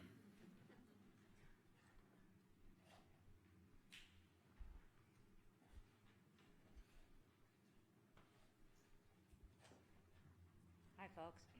Cindy Nagley again from Westwood Street. As we were sitting here talking, I looked up the Wallet communities, and I'm assuming I'm on the same website that you guys are all from, where it says you preserved historic architecture by refurbishing a high school. Is that correct? Okay. So maybe that's something to look at. Instead of building another area, we have a lot of old buildings here. A lot of buildings that no one's doing anything with. Maybe that's something that you guys could take a look at, as opposed to, you know, doing something like this. And from what I've seen, the pictures on their website, they did an amazing job preserving the exterior of it. Of course, some things in the interior needed to be changed, but that might be another route to keep in mind. If you gentlemen look at that, they did a good job. So, thank you. Thank you. Can everyone still hear me? I think it was Councilperson Bell who pointed out the whole idea of what did we used to do before MISTA existed. I know that there's probably a few people in this room who are associated with the college, and something that that is taught is just kind of this, what's already been said this evening about taking ownership and taking responsibility, and using MISTA, using some sort of government subsidy, or the bad word for it is handouts, I don't think is the way to build our town up. I think what was previously said in the other comments for the other proposal, that people are coming here with their own money and they want to invest in something. Like I said earlier, I have a house, and one day I would love to have another house, and if it's providing affordable income to bless another family, God willing, I can do that. But I don't think that, again, using some kind of government subsidy to do this is what we want to do as a community. I absolutely think that something like this is needed, similar to other housing projects, but I don't think this is the way that we get it. Thank you. Thanks, Liz.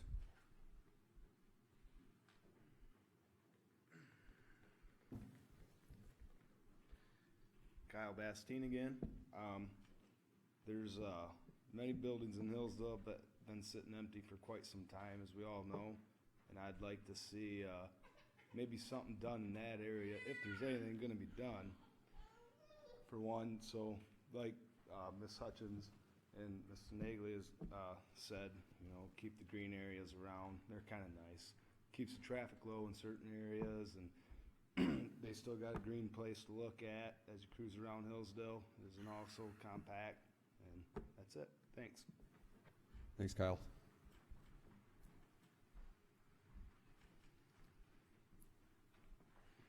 Ted Jansen, let's talk about we should stay away from the Michigan government subsidies and all that stuff. Yet what we're looking at is tax breaks. This council gives tax breaks to new businesses, 10-year deferrals on taxes and everything else. This is nothing new. This is just an opportunity for someone to invest in our community, $10 million. Yes, they get tax breaks. All the new businesses that come in ask for a tax break, we give it to them. Plus, as the lady said, you get senior citizens moving in here, they got houses to sell. Young people will have an opportunity to buy good stock that they come from. So it's a win-win for the city. So let's just go ahead and approve this project. Thank you. Thanks, Ted. Any more public comment?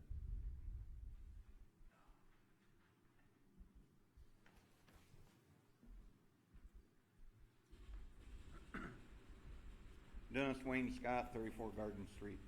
I think that Logan Street project would be a fantastic thing for our city and for our area. I understand the people that live there on Merriam Street that it is taken away from the greenery, but we have to look at another project too. With a project like this going in there, it also may utilize the free manufacturing of the road to get the roads fixed up down in that area that that people will need to go back and forth into the apartment house. I can't remember how bad Logan Street is, but I know Merriam Street. I've walked that several times back when I was campaigning, and that's a terrible street. And we hopefully that with the new apartment house, that would push the city on to trying to get Merriam Street straightened out as well. And I'm one of those that I won't say I don't know how many more years I'll be able to take care of my house yet. I don't know how many more years my wife and I can both do that. We're hoping that we pass the house on to our granddaughter who lives here, is also a resident of Hillsdale, works here. And hopefully, she'll come up and she'll be one of the young people to help take care of the area. But I think it's needed. 55 plus, there's a lot of us out there. Thank you. Thanks, Dennis. Any more public comment? Mr. Mayor, okay, I think I'm ready for my turn. So, real quickly again, walkability, my apologies, I did a poor job of explaining that. When we're talking about MSHDA funding, their walkability definition is basically through walkscore.com. You plug in an address and it gives you a score. And Hillsdale, fortunately, has a great score. So that's really what I was referencing, walkability. The actually specific walkability of the site is certainly subject to opinion. This will be a 55-plus facility. We will have a land use restriction agreement against the site that will be recorded for a 45-year period. So there will be no, and there's no HUD involvement here, so there will be no issue where it started out elderly and became family. This will be a 55-plus elderly facility with a recorded land use restriction agreement for a 45-year period. So we can certainly provide that certainty today. Wonderful comment about our historic preservations. Unfortunately, we're not in the historic preservation game today because of tax reform devalued the historic tax credit, for which is what did most of the historic renovations. So the numbers just don't pencil today to do historic renovations. And quite often we'll find historic renovations have so many environmental issues that you can't overcome those costs. And then also, as I mentioned before too, not all historic properties work for us because we need a certain size to get our scale. And last but not least, irregardless of the funding source, we do promise to bring the highest quality housing to the table that we can, market rate or better, because we're held to those standards by the industry we work in. And again, the folks that will be living at this facility will be paying their rent with no support. Thank you so much and appreciate your time. Thanks, Joe. Councilman Morrissey. Yes, what percent, I mentioned that a lot of this is wetlands. What percentage of the property is wetlands, and what percentage are you building on? So, I'll help real quick here. The division does the best that can. So this is the wetland as we estimate it today. And this is our site. Okay. And you're gonna be building there on the left-hand corner, right? Okay. So it looks like a very substantial part of this will remain essentially unchanged? Yes, we can't touch the wetland, we can't touch the 100-degree floodplain. This will be a stormwater basin and then Okay, thank you.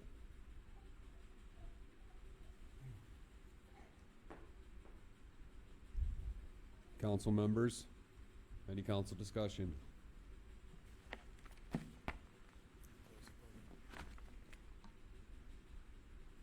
Yeah, we'll take this time to close the podium now. Open up the council table. Councilman Briner? I just think the city of Hillsdale, we get to decide what comes here and what doesn't come here.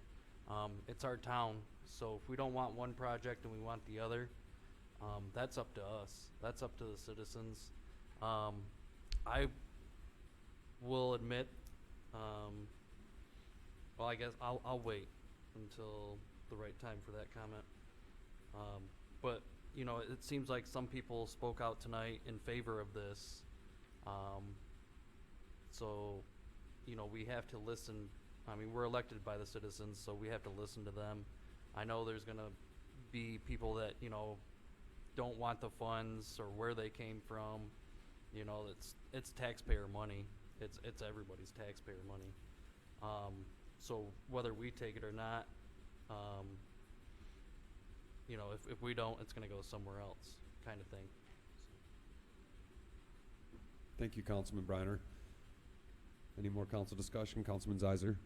I'm speaking agnostically, but I take a tally during these, and for the senior project, the tally was effectively, give or take, 4 in favor and 6 against, but in fairness, some of those were kind of lukewarm or on one hand or on the other hand type statements. So it was a real close one either way, if the tally means anything to anybody. Thank you, Councilman Zeiser. Here's my brief concern, and I'm going to ask for a show of hands if the audience doesn't mind. How many people here are residents of the neighborhood which encompasses the Northwest Street project? West Street project, the West. Northwest. And how many are residents of the neighborhood for this Logan Street project? Okay. Now, we gave the other development group a lot of time to present their case, and the neighborhood got very involved here. And from what we heard from Janet, it doesn't sound like the neighborhood over there Nobody knew. has much of a clue what's going on. We know that Councilman Stuchel went down there. I did go down there as well, but as you guys know, I've been gone on vacation basically the last 2 weeks. Right before I left, I went down there and talked to a couple people. One of them was White's Welding. And I know that I want to make sure that we're being fair completely across the boards. As I understand it, these applications have to be turned in by August, by the beginning of October. And this is totally up to council, but I know that Councilman Stuchel has suggested waiting a couple weeks on this vote. And just because I don't see much activity from the neighborhood out there, I feel like I'm voting on something that I don't have a good feel for what the people want over in that neighborhood specifically. So I'll just throw that out there. Councilman Morrissey. On the issue of notification, a number of persons said that they weren't notified on this. It's a very easy fix. You require a developer, and this is in the future, but you just require a developer to notice everyone within a certain limit within the perimeter of the property. They do it all the time, so I think we should do that. As far as the two projects are concerned, I don't think they're really comparable. I would agree that they're not comparable either, besides the tax credit portion of it. Any more council discussion? I just have one question. When you see the application or whatever, both projects refer to the LIHTC, which is low income. And yet I thought I heard that the one on Logan Street was not considered low income, but it's coming from that organization, so. It's low, I believe it's low income and elderly. Yeah, but I thought, maybe I'm wrong, but I thought I heard that it was not low income for the elderly one, but yet it's coming from this agency that's low income housing. So there seems to be, I don't understand the disconnect. He meant it's not subsidized rent, but it is rent controlled, and that would fall under low income. I think So, yeah. both low income projects. And I know he said we also had a 45-year commitment, which sounds promising, but what are the probabilities that it shifts? Because it's a low-income housing issue, it's still going to be protected by the federal government in a way. So whatever happens in the long run, like one gentleman said, what is the long game here? Do we really know? It sounds good, but do we really know? Good Just points, my question. Councilman Stuchel. Councilman Veer had a question or comment? I was just going to comment on, usually on the notification for property owners in zoning issues. If nothing is contrary to the current zoning, no notifications go out. If it's a zoning variance, then property owners within a certain parameter are notified. Well, in response to that, I would simply say that it's wise to allow people to know what's going on in the town. It is, and that's why we have these public hearings, and it is our responsibility as council members to get out there and talk to the community. And I apologize for not getting out to speak with these residents more. Like I said, I was on my first vacation in like 3.5 years, so it was very, very much needed. But Councilman Bell. Thanks, Mr. Mayor. In response to that argument, I just would say that we're happy to have all of you here. Please come back to council meetings as often as you'd like, except for Lauren. No, I'm just kidding. But every other council meeting, we don't have the people's opinion because they're not here. So we have to make decisions based on what's in the long-term interest of the community, based on principles that we hold. I think because this is rent controlled, it's a short-term fix to a long-term problem, to the point that City Center filled up right away. Every single it's the field of dreams thing. If you build it, they will come. When you build rent-controlled housing, it will fill up like that because people don't have to pay full rent. So it doesn't really matter if we build 50 or 500 units. People will come from around wherever to get below market rate rent. And he said 300 to 500 for some units, which is well below market rate.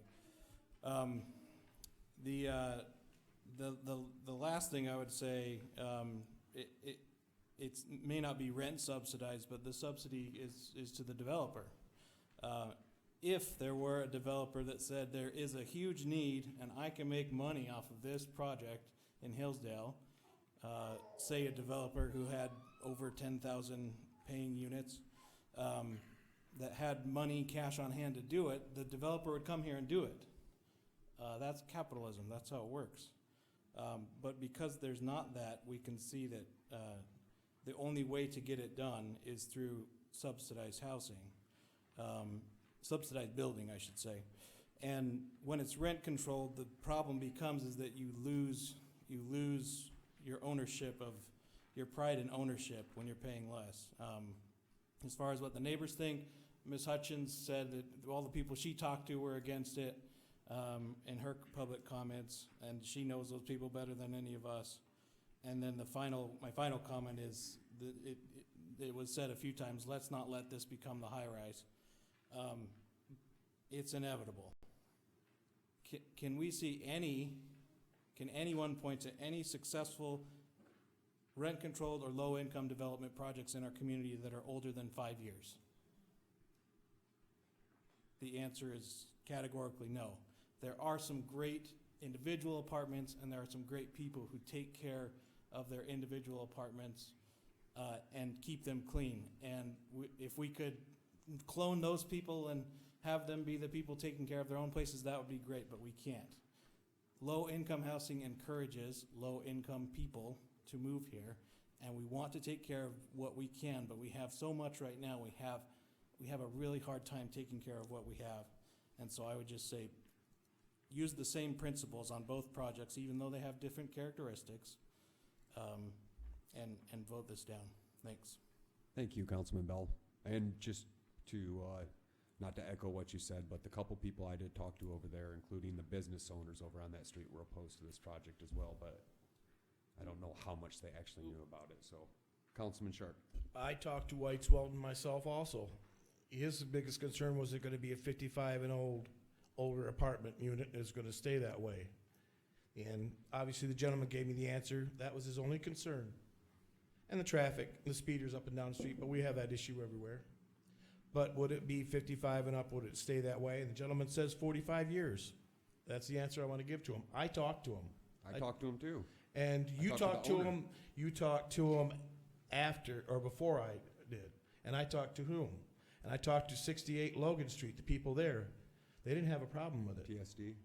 68 Logan Street, the house there, right next to where the okay. property would be. People there. They didn't have a problem with it. What did you, the one there was nobody Right home when next to it, yes. The one right next to it, I talked to the gentleman there. The house right on there is, right. And he definitely, first of all, he didn't know anything about it. Right. But there wasn't anybody home on the other house. So- That's the one I talked to, and they didn't have a problem with it. But White's Weldon, he just wanted to know if it was going to be 55 and out. That's what he wanted to be sure it was going to stay that way. He was afraid it would turn into the high-rise. That's what that's what his main concern was. But I just, kind of echo all of this. I mean, there's one thing that I see missing here, in all honesty. We got some wonderful people here, intelligent, young people with great families. We also have that on Marion Street as well. We have families with homes that need to protect their investment. And the potential for your property value to drop next to one of these apartment complexes is very high. But we saw a lot of letters of support in the packet, but I don't see them here. And that kind of scratched my head, like and that support for these projects never really developed until after the public outcry at the library. So I'm curious, that just kind of puzzles me. But I think our responsibility is to protect our residents, our citizens of the community, and their investment and their sweat. I don't care if it's on Marion Street or West Street, whatever. That is their investment. It is their life that they put into this. And like you said, build it and they will come. I think we got to be very careful. And like one of the gentlemen said, we need to take a breath and really look back, because if these are the right things, if this is the absolute right thing to do, trust me, these developers will come knock on our door again. Councilman Sharp. The only question is I want to make sure we vote on these separately. Yes. We're not going to do this a package deal. Yes. No, we have to Because vote one on is them totally separate. different from the other. One's a public hearing, the other one, the public hearing was already held, so we'll vote on them separately. Any more council discussion? Is Greenwood Village a rent controlled? Yes, it is. Oh, well, that's doing pretty well. Good point, Councilman And Morrissey. it's next door to me, by the way. And I didn't know that it was going to go in when I bought that house, but that's life.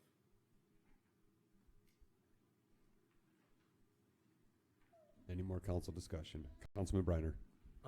As far as zoning goes, how long have these areas been zoned multifamily and development? Do we know? Does it change every 5 years or?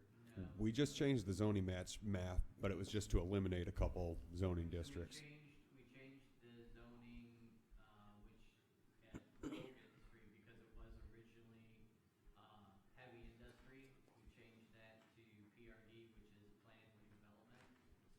And then When did we change that? Would that? when we changed in 2015. Okay. The zoning along West Street has been residential multiple for, well, at least as long as Hilltop and Hillsdale Place have been there. So it was zoned RM1 probably in the 60s, as near as I could find any record. So it's been zoned multifamily for a long Yeah, time. for at least 40 years. And that's not something that people are educated about when buying a house, is where you're buying a house at in a city. It is more so now. Banks are actually contacting and finding out, but it hasn't been. It's probably been that way only for about 5 years. Just one more comment. I mean, Councilman the Stucci. true way to improve the wealth of your community is more private ownership, not rentals. The more people own private property increases the value of your community, the wealth of your community. Any more council discussion?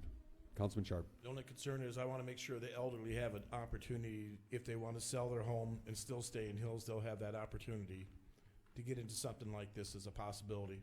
I think you would see more homes on the market, opening up for the younger people to move here and raise their family as a possibility. That's what I'm seeing. And again, at the expense of private ownership right next to this property. They're the ones who are gonna pay.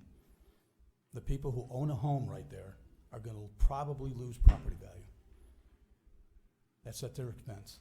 And I don't believe enough people know about it, or we'd probably have the same room full of people. That's why we need to get out and give them the information. Here it is.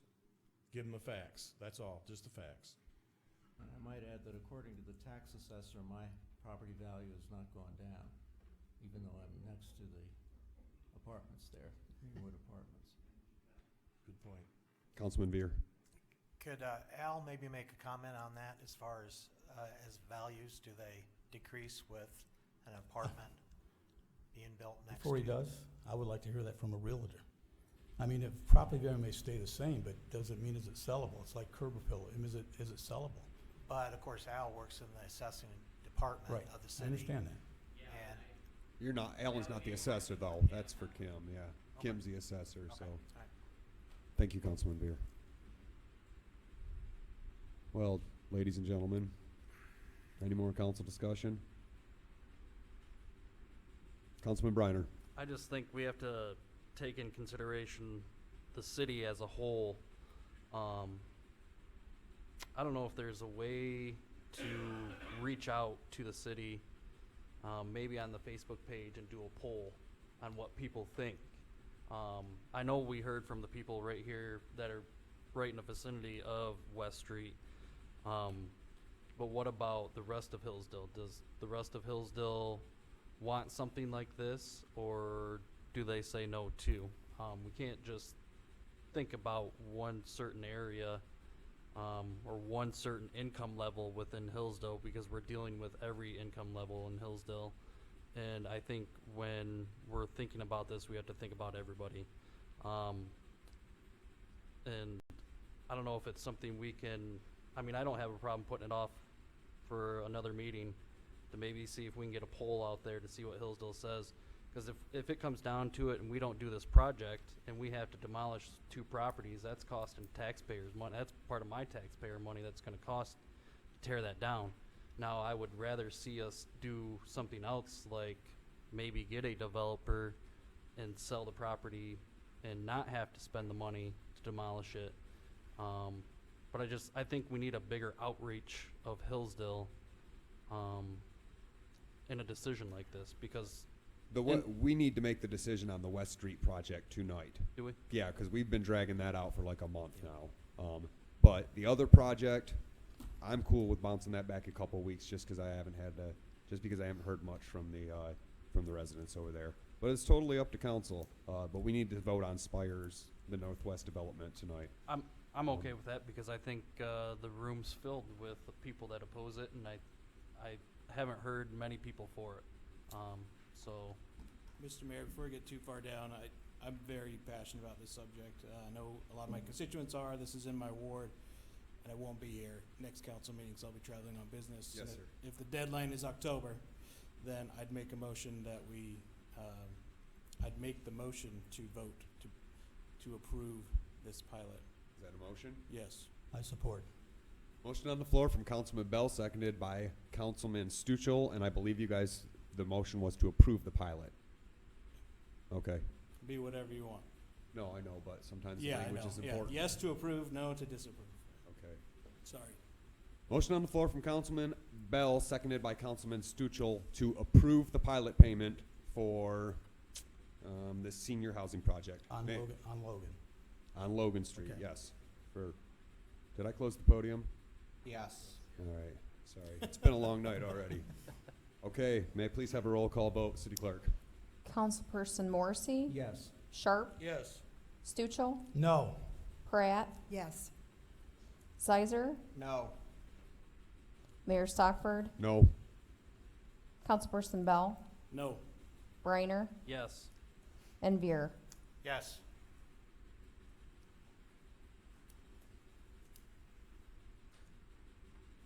5-4. 5-4, sorry. Approved. Okay, let's move on then, gentlemen, shall we? Thank you, City Clerk. Old business, set a public hearing to order demolition resolution 3388, declared a public nuisance, 65 and 65 and a half Westwood Street. If I can get to it in my package, we're gonna cruise through the rest of this stuff, guys.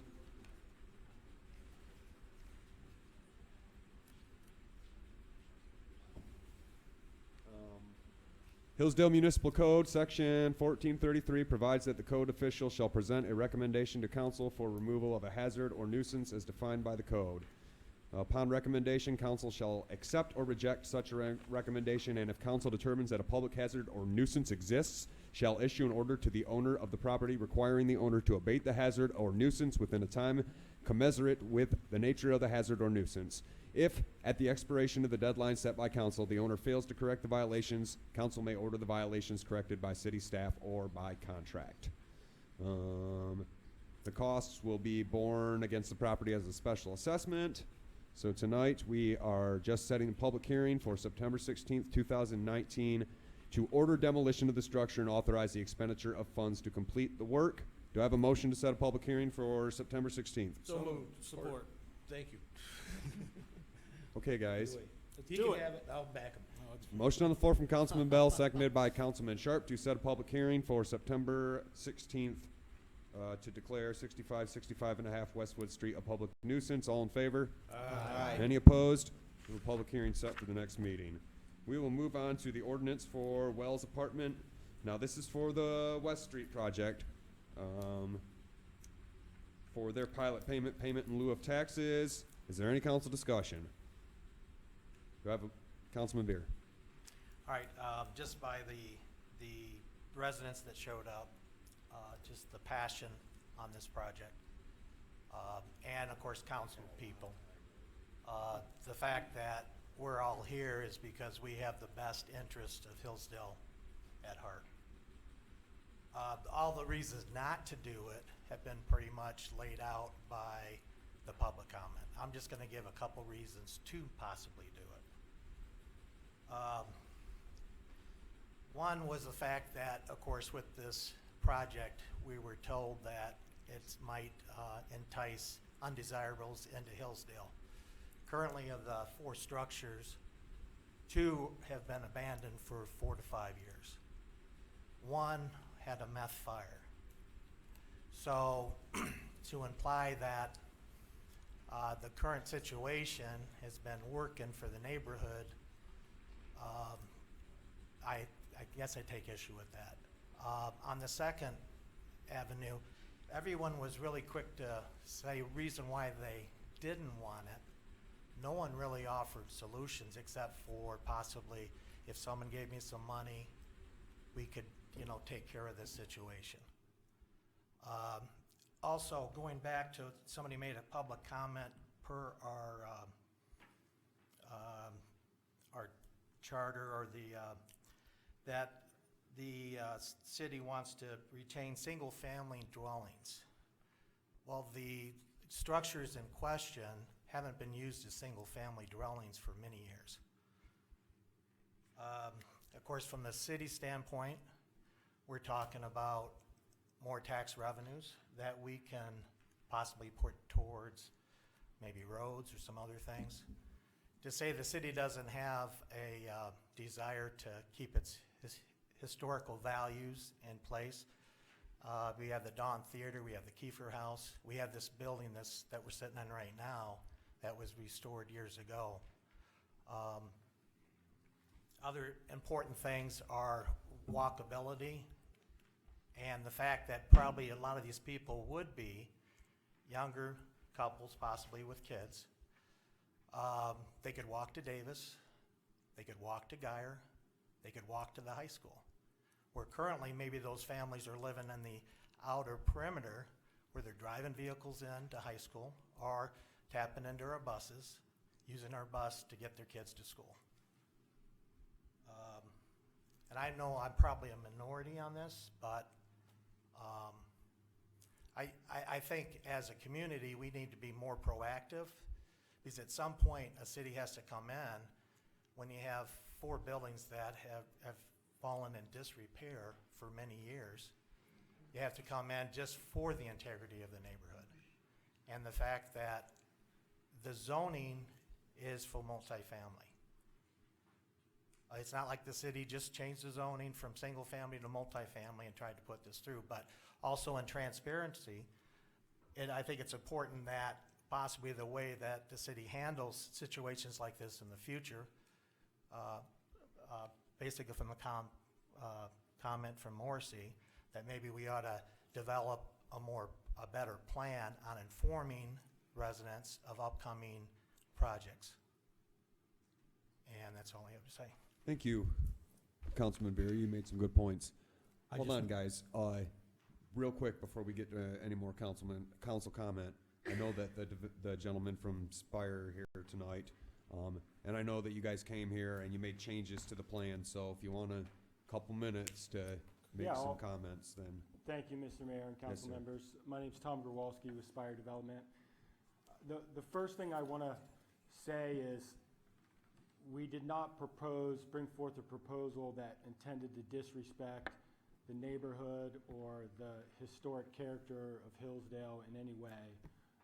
We first toured the city in the summer of 18 with staff members, and a couple things we kept hearing were workforce development and some underutilized infill lots that perhaps had problems, whether you characterize it as blight or not.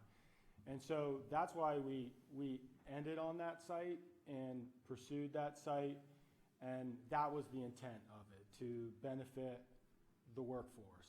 So I just wanted to be clear, and I apologize, that people have gotten so heated about it. We went through Planning Commission, and there was no no one against the project, and so it kind of caught us by surprise at the first hearing, and so since then, you guys were kind enough to let us use the library to meet with everyone, and I think it was a very productive 2 hours. We did our best to try to assuage concerns and answer questions and clarify misinformation, and that was our best effort, so I don't think there's a need to kind of rehash all that tonight. But I just wanted that to be clear to everyone. And then since that meeting, we did try to modify the plan, as the mayor said, to make some considerations and still work within our constraints. And so that's where we reduced it from the 4 to the 3 stories and tried to create some more green space buffer that was a concern of the neighbors, and move the dumpster enclosure and some things like that. So we know Joe and the organization that he works for, and have a lot of respect for them. They're, as people have astutely pointed out, it's the exact same program. Theirs is addressing the silver tsunami issue that a lot of neighborhoods and communities across America are dealing with, and ours is intended to help address workforce. So that's all I wanted to say, and certainly appreciate the consideration in the audience and everyone's opinion. Well, thank you, sir. You got no reason to apologize. Nobody has any reason to hold anything personally against you, gentlemen. You guys are business people doing a job. And, as far as things getting a little heated, you guys planning on building in a passionate neighborhood, and, sorry at least for your personal sake, I'm sorry it unfolded that way, but your people over there, they're very... No, it's good. I mean, if people don't care, then it's not really a community. No, that's right. That's right. Exactly right. I see a lot of community ownership over there, and I love it. And I think it's a great thing, but you guys don't have any reason to apologize. You're just doing your jobs, and we all recognize that. So, any council comment? I just wanted one more comment. I said, as a community and a local government, we have a fundamental responsibility to protect private ownership and against government-controlled rent. I mean, we have vets that are out there that have privately owned homes out there that are willing to die for this country. We have school teachers out here, young parents, people who have adopted children. And we need to protect their private property from government control. Thank you. Thanks, Councilman Stuchel. Councilman Bell? I just want to, in the spirit of dialogue, respond to a couple of things that Councilman Veer said. The fact that the residents are out here arguing to keep the burned out meth houses, and in opposition to what is proposed, is quite telling. And I would just also say it's not the people's job to offer solutions to something that the government is trying to ask be done or help a developer to do. So I think we got to be careful about saying, you guys fix it, when most of them just found out about it a few weeks ago, and they're trying on their own personal properties to make those nicer, and I think as a radiation effect, it will hopefully radiate through the neighborhood, and we'll have some good effects there. But those are just a couple of my concerns, and I think just like the other project, this is a bad deal long-term for the community, though it might be a nice short-term Band-Aid. Thanks, Mr. Mayor. Thank you, Councilman Bell. Any more council discussion? Councilman Morrissey. Yeah, tend to be oriented toward the concrete situation, and the concrete situation here is quite different. It's the other one is simply not affecting the environment and other local issues as much as this one is. This is quite different from the other one, in my opinion. Thank you, Councilman Morrissey. Any more discussion, guys? Well, I'd entertain a motion that we... So moved. Approve. Motion on the floor from Councilman Bell to approve the pilot payment for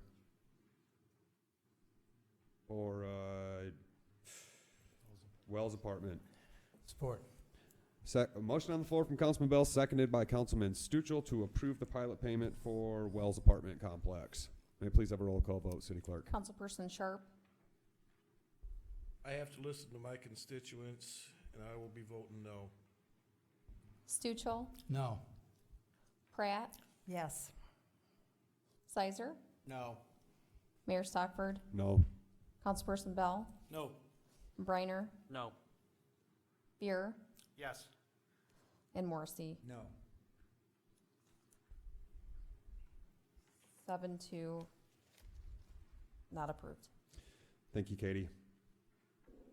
We will move on to item C, streets projects, verbal update. Jake, still here? It's kind of hard to hear with the AC on, but could we pump it down a couple degrees? Got a lot of people waving out there. Yeah, it's been cycling on and off. I can. Sorry, Jake. No, I it's all right. asked you right at the time you were supposed to come speak.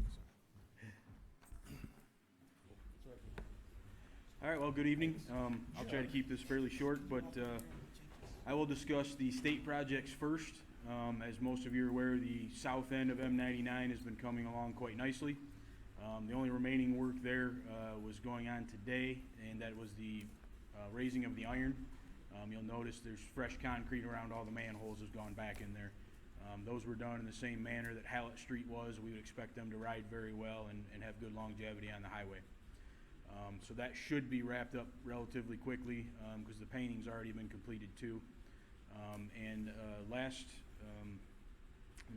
Last time I checked, we are still anticipating the middle section from McDonald's-ish toward the skating rink, that work to take place, we believe, at the beginning of October. It may even happen a little earlier than that. I don't know for sure, but somewhere in that window. So we'll get that, the state will get those areas straightened up too. Are there any questions about the state work? No, thank you, Jake. Okay, I will now move on to our street preservation 2019 work. I suppose most of you have encountered some chip seal in places around town. If you haven't, I guess maybe you haven't gone anywhere. I just bought a car. So we hit about 4.5 miles with chip seal.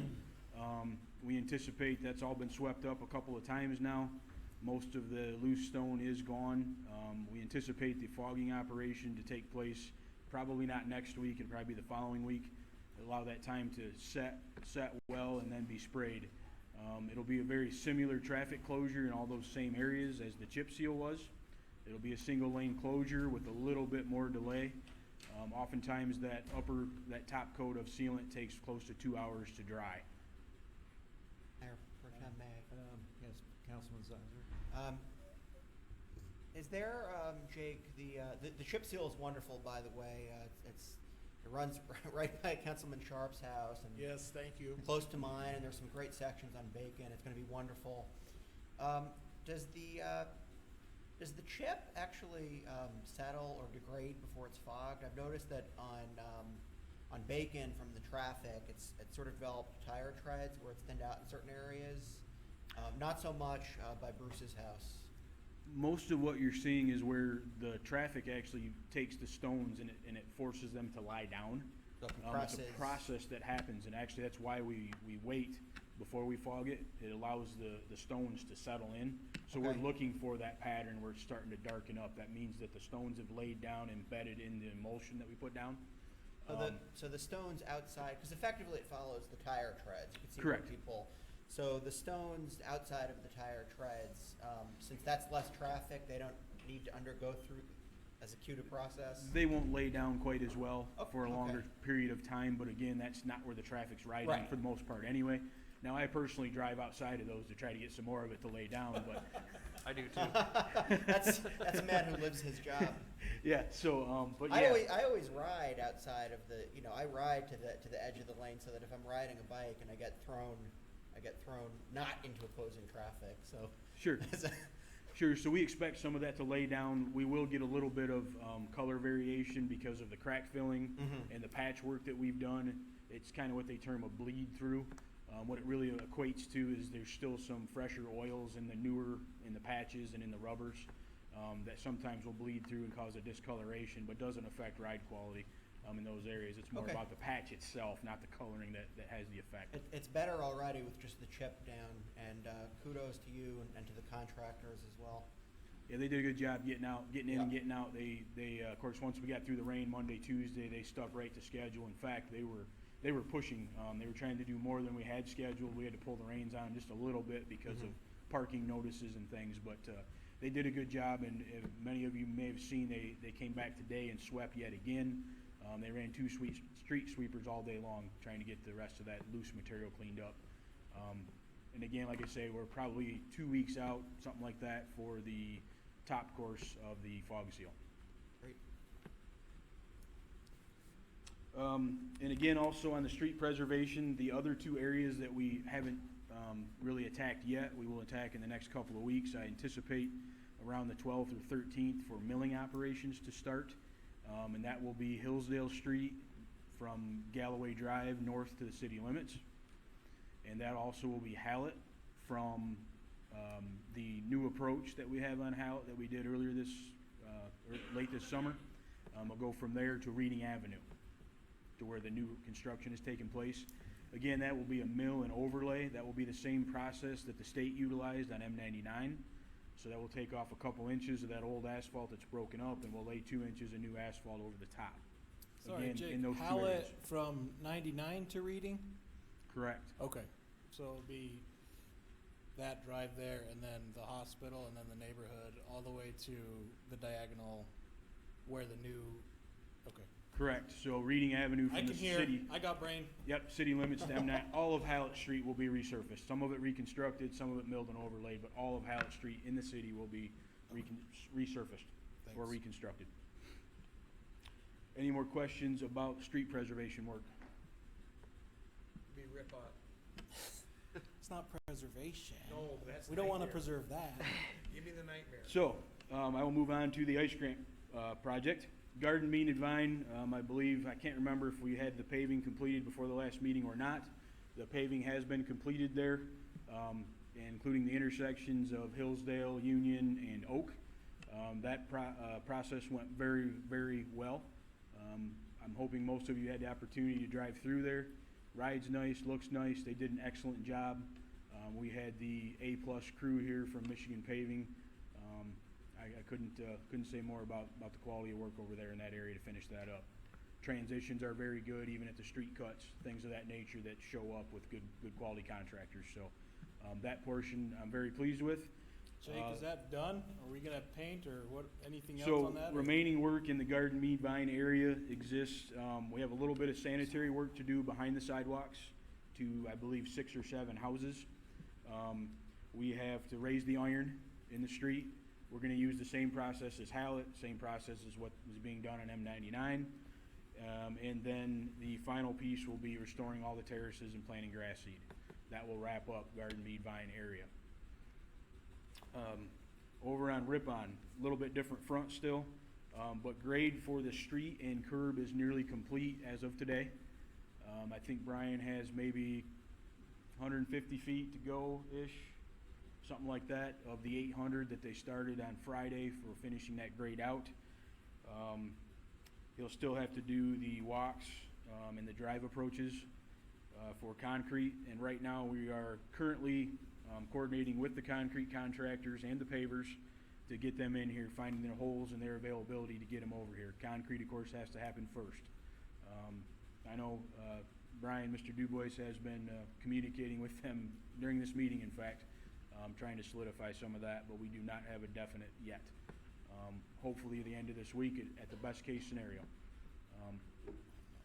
It's really all I can say about that. I don't have anything firmer for you. We do know that the paving contractor does have work to do in Jonesville that they've earmarked with some work with us to coordinate together. So that will help also bring them back for availability. That should go well. And my understanding is they intend on basing one day, setting the equipment overnight, and topping the following day. So once we get them here, it should be less than 24 hours to finish the base and get the top on. So that's where we stand on those projects, unless anybody has any further questions. Any questions? Councilman Bell. Can we call in concrete contractors from somewhere else? I mean, Indiana, Ohio, Arizona. I'm anticipating we can get our concrete contractors in here within a couple of weeks, which would be faster than getting them approved through the grant folks at the Okay. state. I'm just worried about temps. I know you are too. I but- don't want to tell you they'll be here next week, because that will be a sure recipe to make it fail. Right. But yeah, officially, unofficially, something like that. Okay. If that makes sense. Can we twist any arms? Not jinx or, anything. Go to the mat with somebody or? Councilman Zeiser? So if I remember correctly from the last go-round, the temperature for at least for the top course of the asphalt was ground temperature of 50 and rising, is that right? Correct. So what do we need for the concrete work? Concrete work's basically the same, but it has 50 to and happen rising? before the asphalt anyway, so. Yeah, of course. It's a precursor to that. You can pour concrete in the middle of winter, quite frankly, if you really need to. It doesn't have as high of ultimate yield strength. It has to have chemical additives to make it chemically cure faster before it freezes. But really, the asphalt, base course asphalt's the biggest key. Getting that down before temperatures fall too much. Once the base down's, the top's a lot easier for two reasons. If it rains, it doesn't soak in. We can suck that water off, street sweepers, Vector trucks, and get it dried out.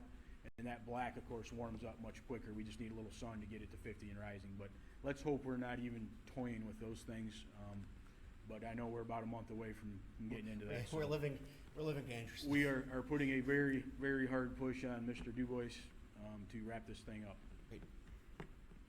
Any more questions for Jake? Thank you, Jake. Thanks, guys. And ma'am. Okay, we will move into new business. Item A, set a public hearing to establish a neighborhood enterprise zone. This new condominium complex over here, Commonwealth Developments, which is over on East Bacon Street. They'd like us to establish a neighborhood enterprise zone. First thing we have to do is set a public hearing for that, of course. The public hearing would be for October 21st, 2019. So moved. Support. Motion on the floor from Councilman Bell, seconded by Councilman Morrissey, to set a public hearing to establish a neighborhood enterprise zone, which will be our fourth. All in favor? Aye. Any opposed? Got a public hearing set for October 21st. Item B, certification of abandoned property for Accelerated Forfeiture Act. And this is a resolution. Let's see, schedule for tax. Kim's not here. The schedule for foreclosure of tax delinquent real property under the provisions of the General Property Tax Act is as follows. You guys see that? Public Act 132 of 1999, the certification of abandoned property for Accelerated Forfeiture Act, allows for cities, villages, and townships to certify property as abandoned for the purpose of accelerating the property tax forfeiture and foreclosure process under the provisions of the General Property Tax Act. If property is certified as abandoned, the forfeiture for unpaid 2019 taxes would become effective March 1st of 2020, and the foreclosure would be accelerated by 1 year to March 1st, 2021. In order to certify properties as abandoned, council must pass a resolution, and we've got to do this every year by October 1st. Once a resolution is passed, staff can identify and inspect properties suspected of being abandoned. So, we have a motion to attack. Well, is there any discussion on this item, guys? Do I have a motion to adopt the attached resolution allowing for certification of abandoned property for accelerated tax forfeiture and foreclosure? So moved. Support. Motion on the floor from Councilman Morrissey, seconded by Councilman Sharp to adopt the attached resolution. May I please have a roll call vote, City Clerk? Councilperson Stuchel? Yes. Pratt? Yes. Sizer? Yes. Mayor Stockford? Yes. Councilperson Bell? Yes. Reiner? Yes. Beer? Yes. Morrissey? Yes. And Sharp? Yes. 9-0 approved. It's 3390. Thank you, Katie.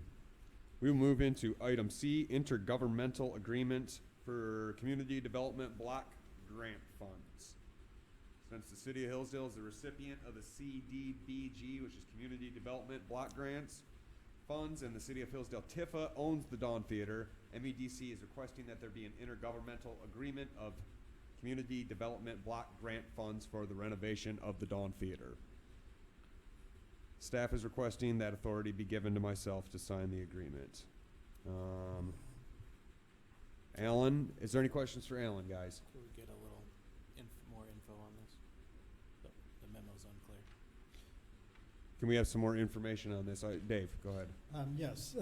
So The grant applicant is the city of Hillsdale for projects that CDBG funds come to the community through.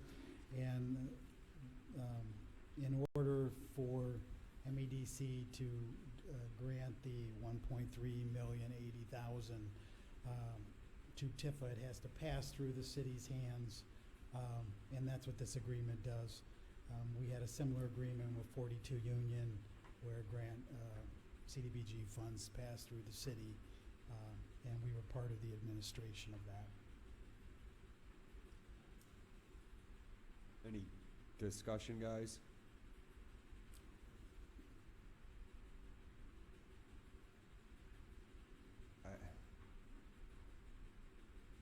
Okay.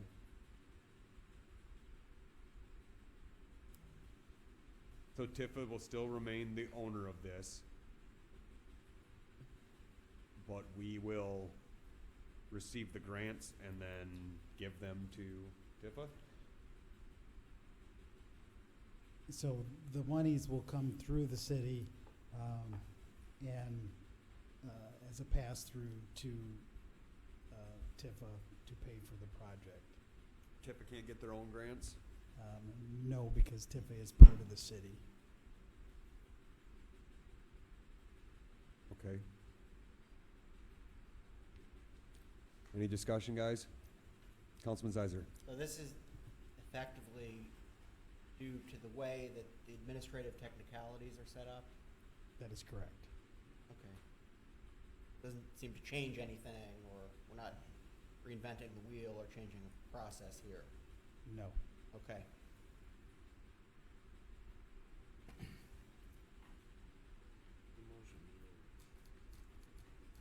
Councilman Briner. So if something goes wrong with this, will the city of Hillsdale be liable or be on the hook for this grant?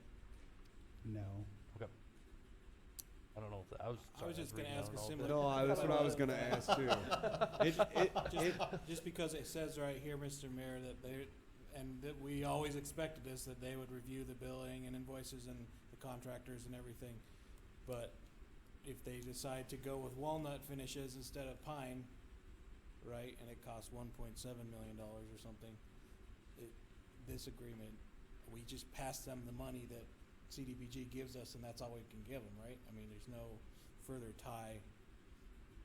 I know you were gonna hurry and jump on, sorry. That is. I'm gonna add a few more words before That you is answer the correct. question. To answer your question. Thanks. Stuff drives me nuts, it does. Well, I really wanna see this Jumping through Dawn, hoops, I really yeah. wanna see this Dawn project succeed and do well. I think it'll be good for the community, I do. But I just wanna make sure that the residents, the city residents, and the city of Hillsdale doesn't end up on the hook for anything that takes place over there.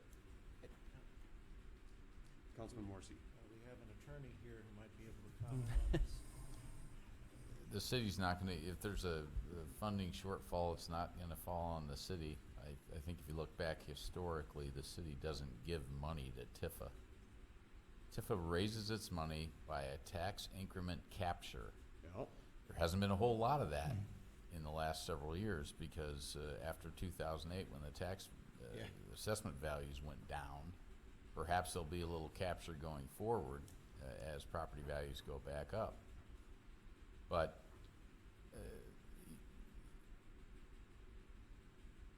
the city's not responsible if there's a funding shortfall. I think Tifa's they've hired professionals. They've done a pretty thorough job in looking at this project, and they are charged with, before paying their contractors, making sure their contractors do what they've been contracted to do. But it's not, this agreement is necessary because Tifa couldn't apply for the grant themselves. The city applied for the grant. Tifa is a political subdivision of the city. This is just this facilitates the use of the grant funds, Sure. which would not have been awarded but for it being the Dawn Theater. It wouldn't have, the city wouldn't have qualified for these grant funds for unless they had another historic project that the city owned the property. But I don't think you need to concern yourself with the city being on the hook to the Michigan Economic Development Corporation marching in here and saying, okay, city, you gotta lay out $500,000 more because this project ran into a shortfall. No, that's not going to happen. Any discussion, guys? I just want to add the integrity of the men and women on Tifa. It's pretty high. Oh, absolutely, So, absolutely. and It's- but I guess a question for Jack, I mean, if there was a scope change, a major scope change, I believe that has to come through council, right? I don't know, but Consider- I Considering the haven't- building I was- haven't really but I mean- contemplated that. I think they developed their scope pretty, Yeah. in pretty good Pretty tight, detail yeah. before they even Yeah, applied, they asked did. the city to apply for the grant. Right.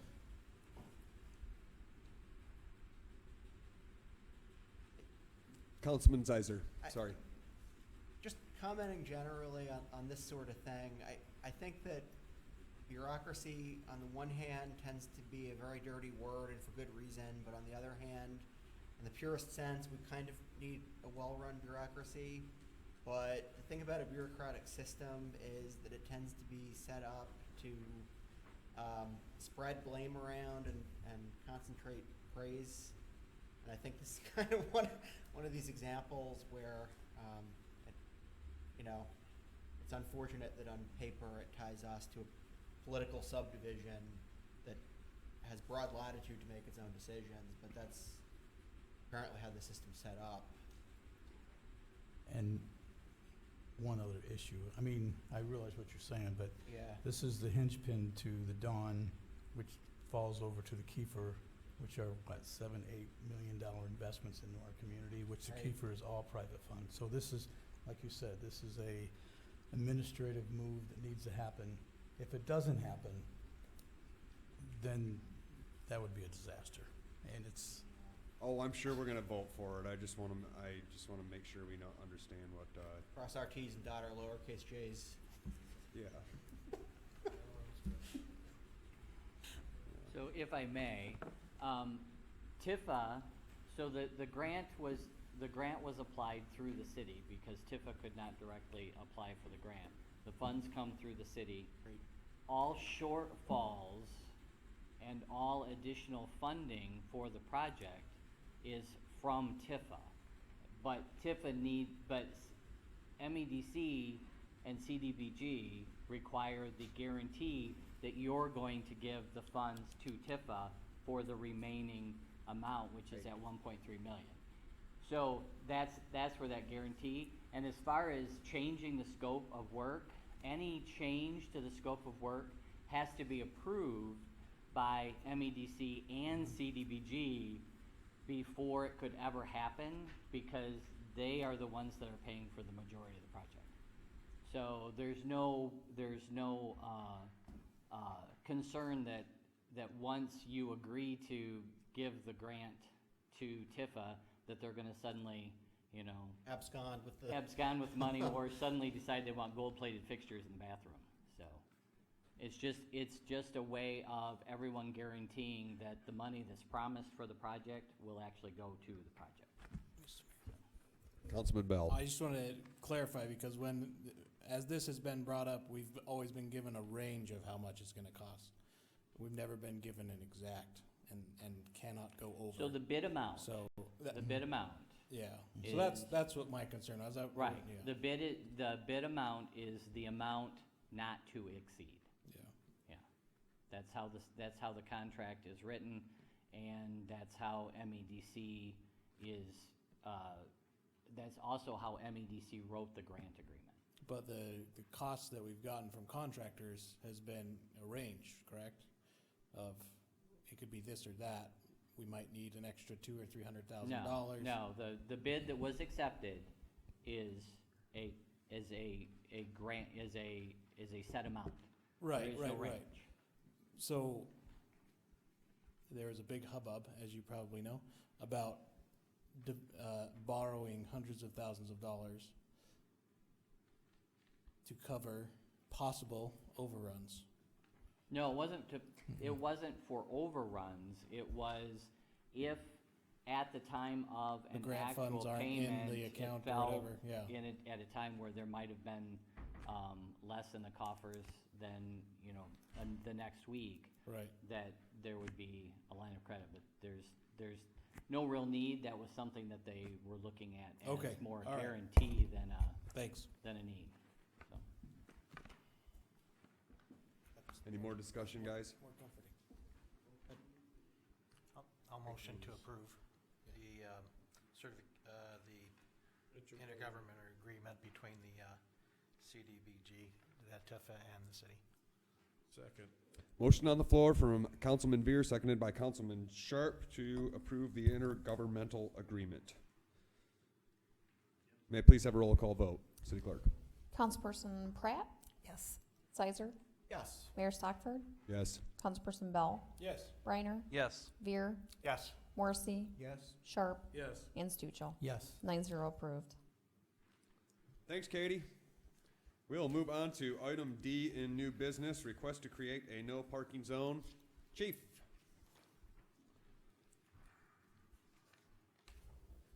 Been waiting patiently. Yes, you have.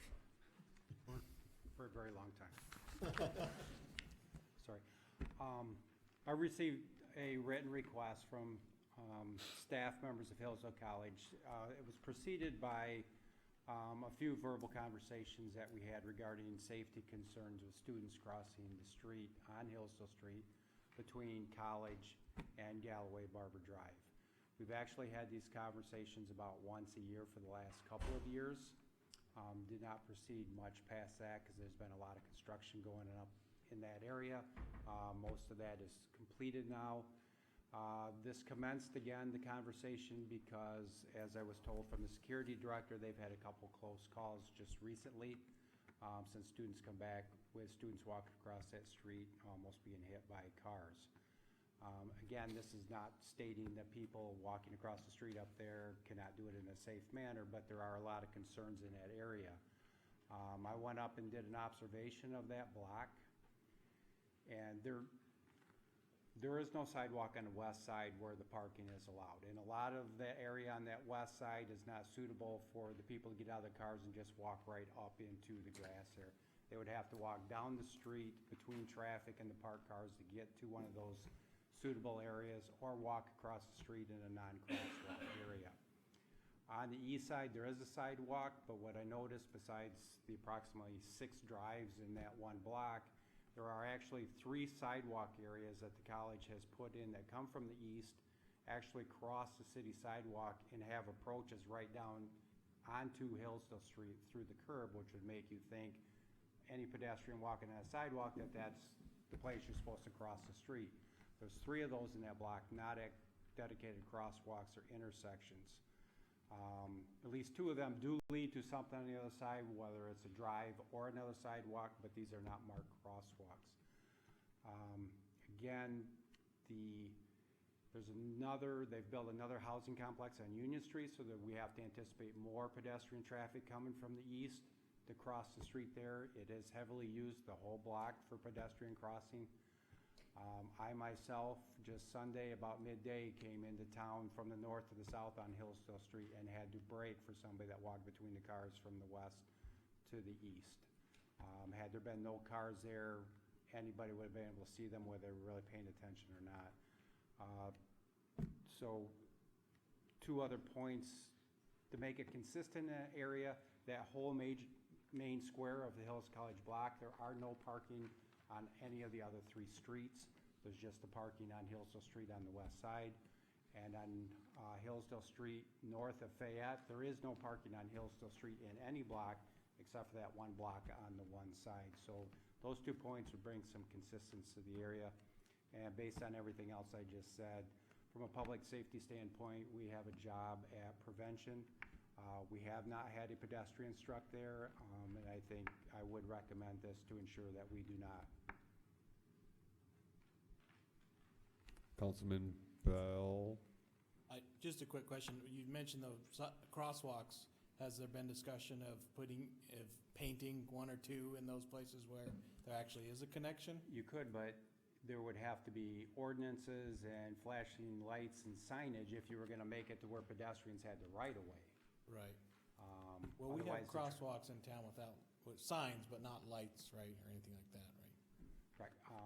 That would have to be a traffic control order for you On guys. top of that. But still, that would actually, to me, would make somebody think they have more of a right of way to continue to cross the street from one of these sidewalks that approaches right down onto the street if there was a painted lines across. Right. And that's, I mean, they're gonna walk across that whole entire street forever, but I Yes. just, yeah. The last thing we want is to have anybody struck, whether it's a college student, any other pedestrian going up there for an event. There are plenty of parking lots up there.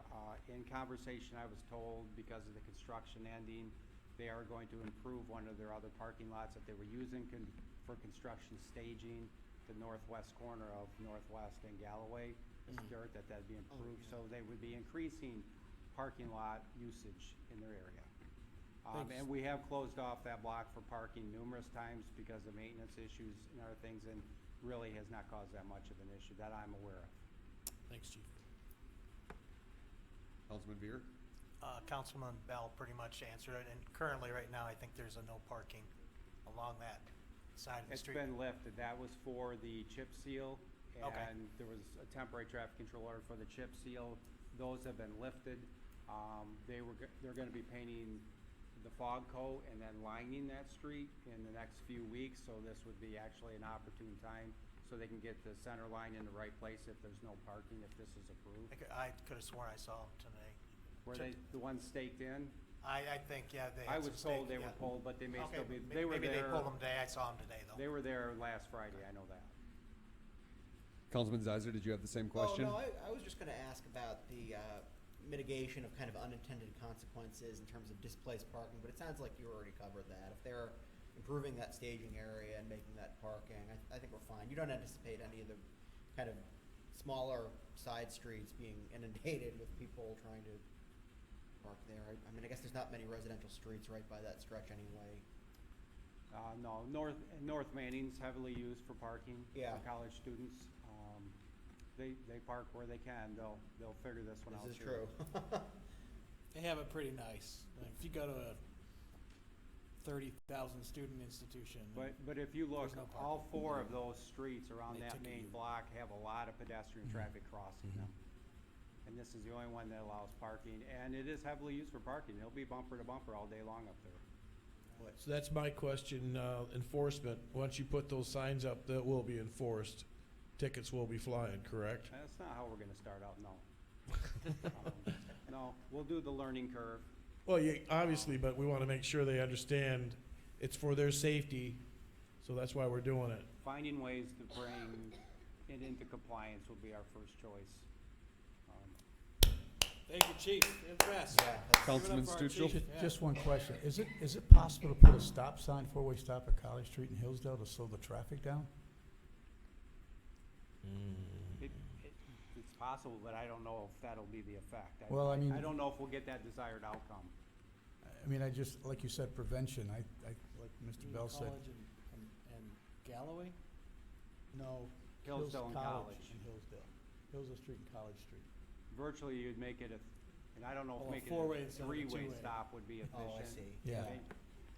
And there is enough traffic that if we're stopping that there in a four-way stop, we may actually be creating a traffic issue Yeah. Yeah, true. at certain times of the day.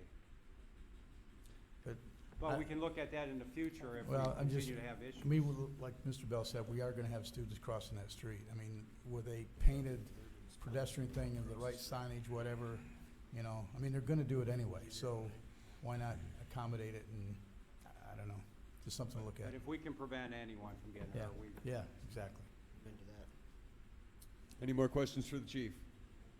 Motion to approve, Mr. Mayor. I'll second that. Motion on the floor from myself, motion on the floor from Councilman Bell, seconded by myself to approve this traffic control order, and create a no parking zone.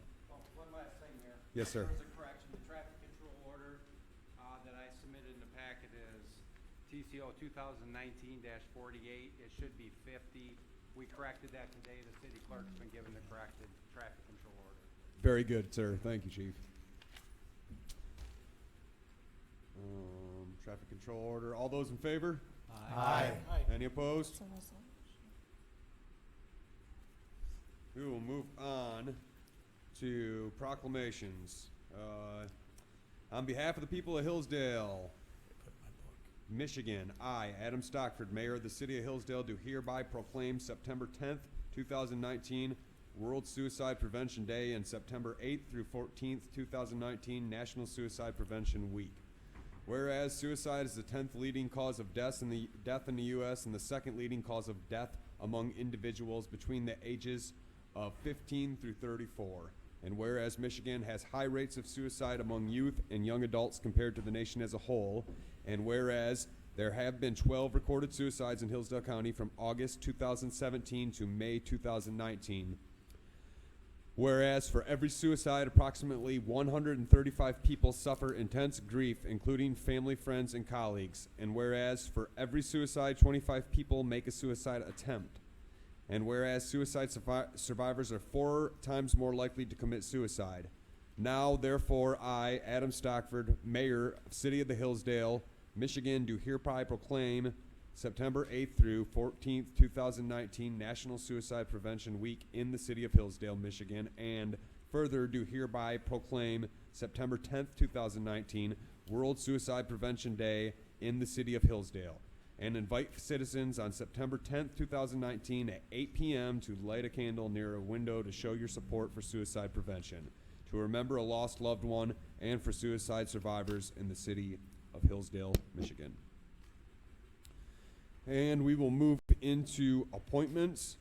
We just got a few standing council appointments tonight.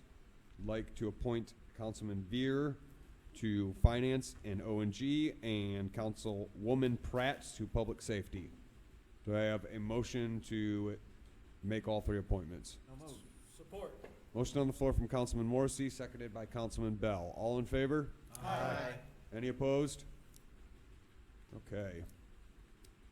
And we will move into general public comment. During this time, you may speak on anything you like.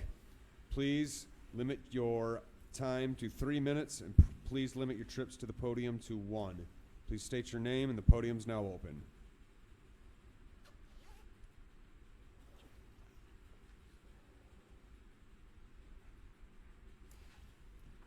Jack McLean.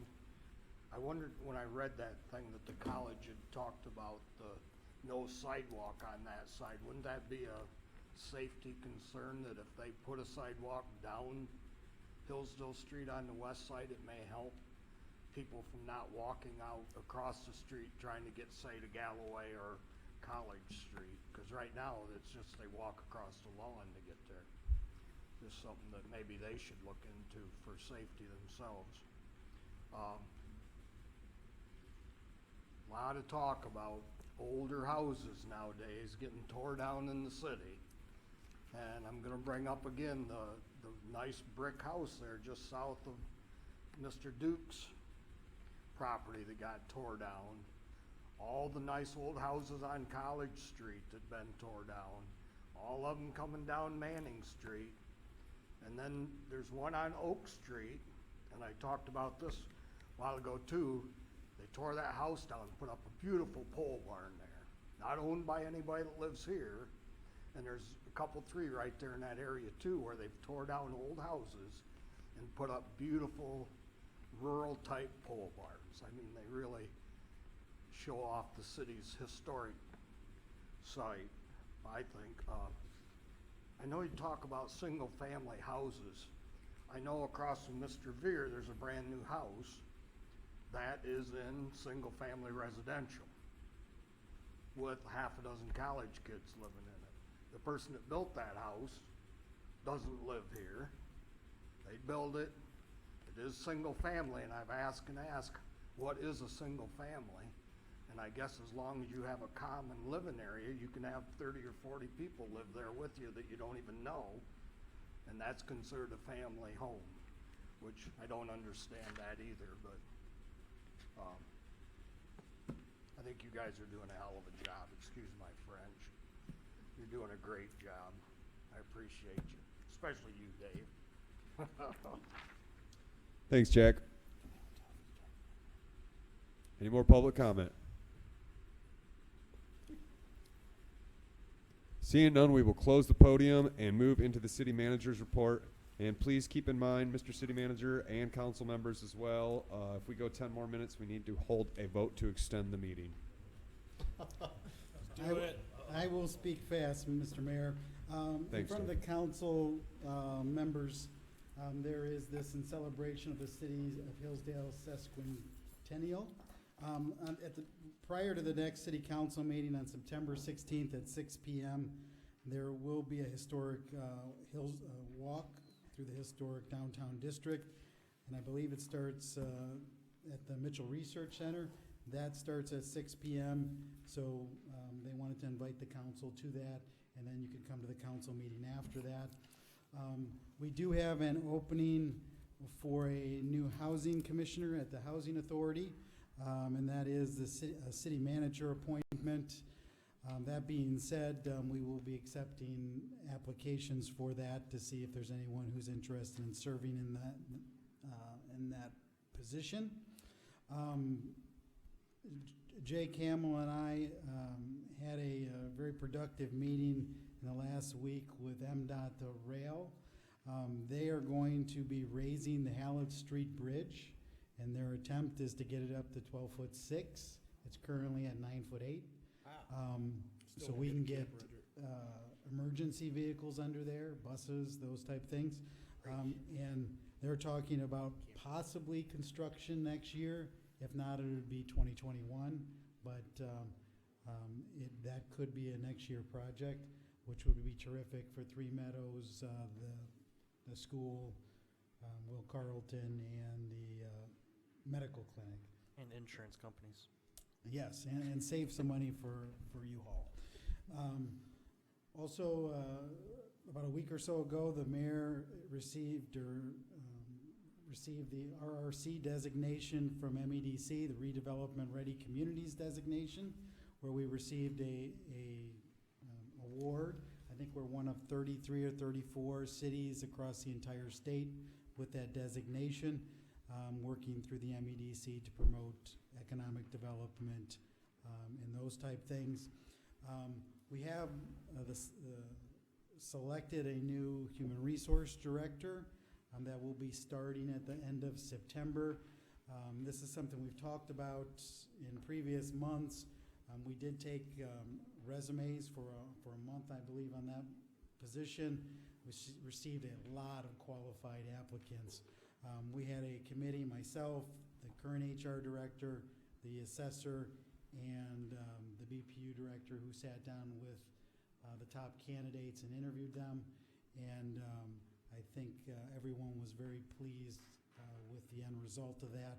And they will be starting actually the end of this month to work with Ms. Fries for a few months prior to her retirement to get all the nuances down. We also have completed the roof on the library. That was about an $80,000 project that was just finished up in the last week. So the library building is more secure. And I think that's all I have, unless there's any questions from council. Any questions for the city manager? You know, Mayor, I would like to say one thing. Yes, sir. Because this came up about, at the informational meeting with Spire Development, and actually came up from one of the residents tonight. And this relates to Alan Beaker as a zoning administrator and myself working on economic development. It's not our job to shoot projects down, only if they do not fall within the zoning guidelines and do not meet what's laid out in our master plan. It's our job to work with developers when they come in, identify sites. If they meet our requirements, then to help them package them to present to the Planning Commission, to the different boards, and ultimately this board to make a decision. So we're not in the business of shooting people down before they come to this board. That would be wrong and inappropriate. What our job is to make sure that we present the projects in the best, fairest light, and then through the Planning Commission and other committees, they are vetted out and get out to the public, and then this board makes that decision like you did here tonight. So I just want to make it clear that as kind of the head of economic development and Mr. Beaker as the zoning administrator, we are not going to change what we're doing unless the master plan changes or our zoning laws change. And I will tell you that both of those projects met our master plan. Our master plan speaks to affordable housing, and that's what these two projects were. So, and they were both zoned properly. So it's not our job to not bring them before you. It's our job to bring them before you, start the dialogue, get them to the planning commission to vet, and then let this board make a decision. The, both of those the projects, again, were private. They were private developers. They were private lot owners who wanted to sell to these developers. So it's not our job to disqualify them. It's our job to bring them forward and let the community decide. Let this board decide. Thank you, Dave. Councilman Reiner. I just want to add to that, if they weren't asking for a pilot, they could have went and bought those 4 properties and built this That's apartment correct. complex. That is correct. That is correct. So the only reason we were able to turn it down was because they were asking for the pilot. And like I said, it was zoned that I could buy up those 4 properties tomorrow and build a 60-unit property if I wanted to with no variances, and nobody could do anything about it. So that's just something to think about. I did listen to the people that lived in that area, though, and so I'm glad it came to us because there's a lot of people in that area that didn't want it. So I'm just stating that area is zoned for multi-unit. So if somebody wanted to go in there and buy it and put in 20 units and not ask for any variances, nobody would have anything to be able to do about it. So if that's something we want to look into, I don't know if we can change our zones as far as that. Maybe we want to look into that, but that's just my thoughts, my 2 cents. This is the man that works at a bank by the vault. So you better watch out. He's absolutely right. And those places Mr. McLean mentioned, those pole barns, Yeah. the community over there does not like them. No. But you're right. If you're not asking for handouts, then you don't need our permission. That's a private Exactly. property issue. So, any questions for Dave? I would just say, I think the public perception, especially if you watch a video from our last meeting that we talked about West Street, is that the administration was kind of putting its thumb on the scale in favor of the developers. So I totally agree with everything you just said, Dave, but I think that what actually happened was a little more than what you just said. Mayor, if I may. Sure. I would completely disagree with you, Councilman Bell. It's our job to make sure that accurate information is put out there, and quite simply, inaccurate information was being put out there by many residents, members of this board, as well as others. So it's our job to make sure that we're at least presenting those projects with accurate information, so that they're not, in my opinion, railroaded, that decisions are made with good data, good information. I would hate for, and people might hold it against me that I speak out or say something, but I would hate for this board to make a decision, whether it's pro or con, on information that I held knowing that it was wrong. Yeah, And I won't do that. No, you said it's your job to present information. I said I completely agree with that. I just want to be clear, if you're telling everybody here we're going to keep doing what we're doing to get more rent-controlled and low-income housing in our neighborhoods, then I think we're at a losing proposition. Well, we don't go out looking for certain developments at this point. They come to our door, we work with them and show them properties that might meet what they're bringing or would like to build here in Hillsdale. So we're not actively going to search for particular projects because, quite simply, we're a very small staff and don't have time. Yeah.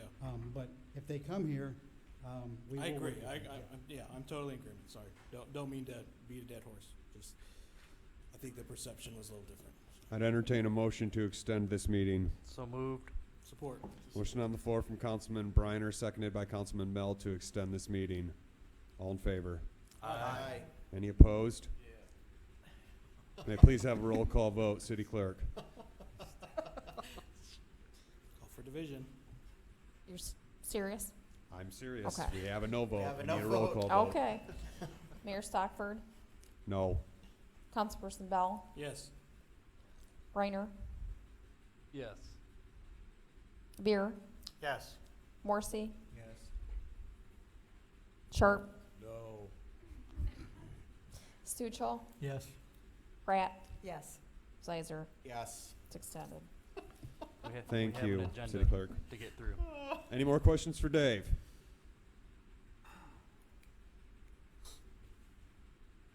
We'll move into council comment. Any council members have anything to say? I want to go home. Councilman Veer. Thank you, Mr. Mayor. I just was gonna make a comment on Jack McLean on the house, the multifamily home across the street. But per zoning, that is multifamily across the street on Hillsdale. And whereas my side's single family. Thank you, Councilman Veer. Councilman Briner. This Sunday, 7 a.m. to 2 p.m. is the annual Patriots Day fly-in at the airport. The Hillsdale Exchange Club puts on a nice breakfast from 7 a.m. to 11 a.m. A B-17 bombers coming in from Yankee Air Museum will make its presence at about 9 a.m. And then there's 2 flights at 10 and noon if anybody is interested in seeing history still around today from World War II. There's only about, I think, a hand. I could probably hold them in my hand. How many are left that are airworthy? So it's pretty neat to have something like that. Very cool. And the weather's supposed to be Beautiful. beautiful. Thank God. Awesome. Let's hopefully it stays that way through the fair at least. So, any more council comment? Councilman Bell. I just want to thank the Exchange Club for putting that on, and our airport manager, city manager Mackey, and the others who helped make that possible. It's becoming a really cool every year event. I don't go to things on Sundays, but I hear about it all the time, so happy about it. Yep.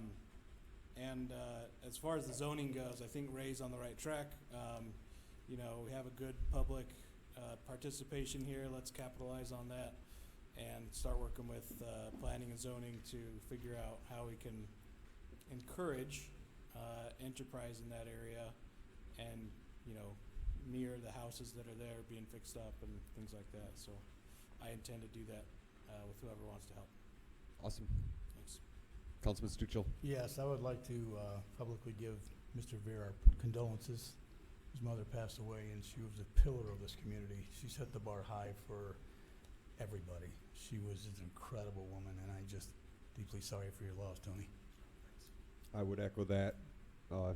Councilman Veer, I was very, very fond of your mother, knew her well, and she was absolutely a mentor to me and other members of my family. So we talk about our city fathers a lot, but we don't mention our city mothers a lot, and Miss Gloria Veer certainly was that. So my condolences as well, and thank you for bringing that up, Councilman Stuchel.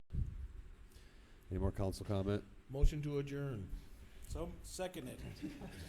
Motion on the floor from Councilman Sharp, seconded by Councilman Bell to adjourn. All in favor? Aye. Any opposed? This meeting is adjourned.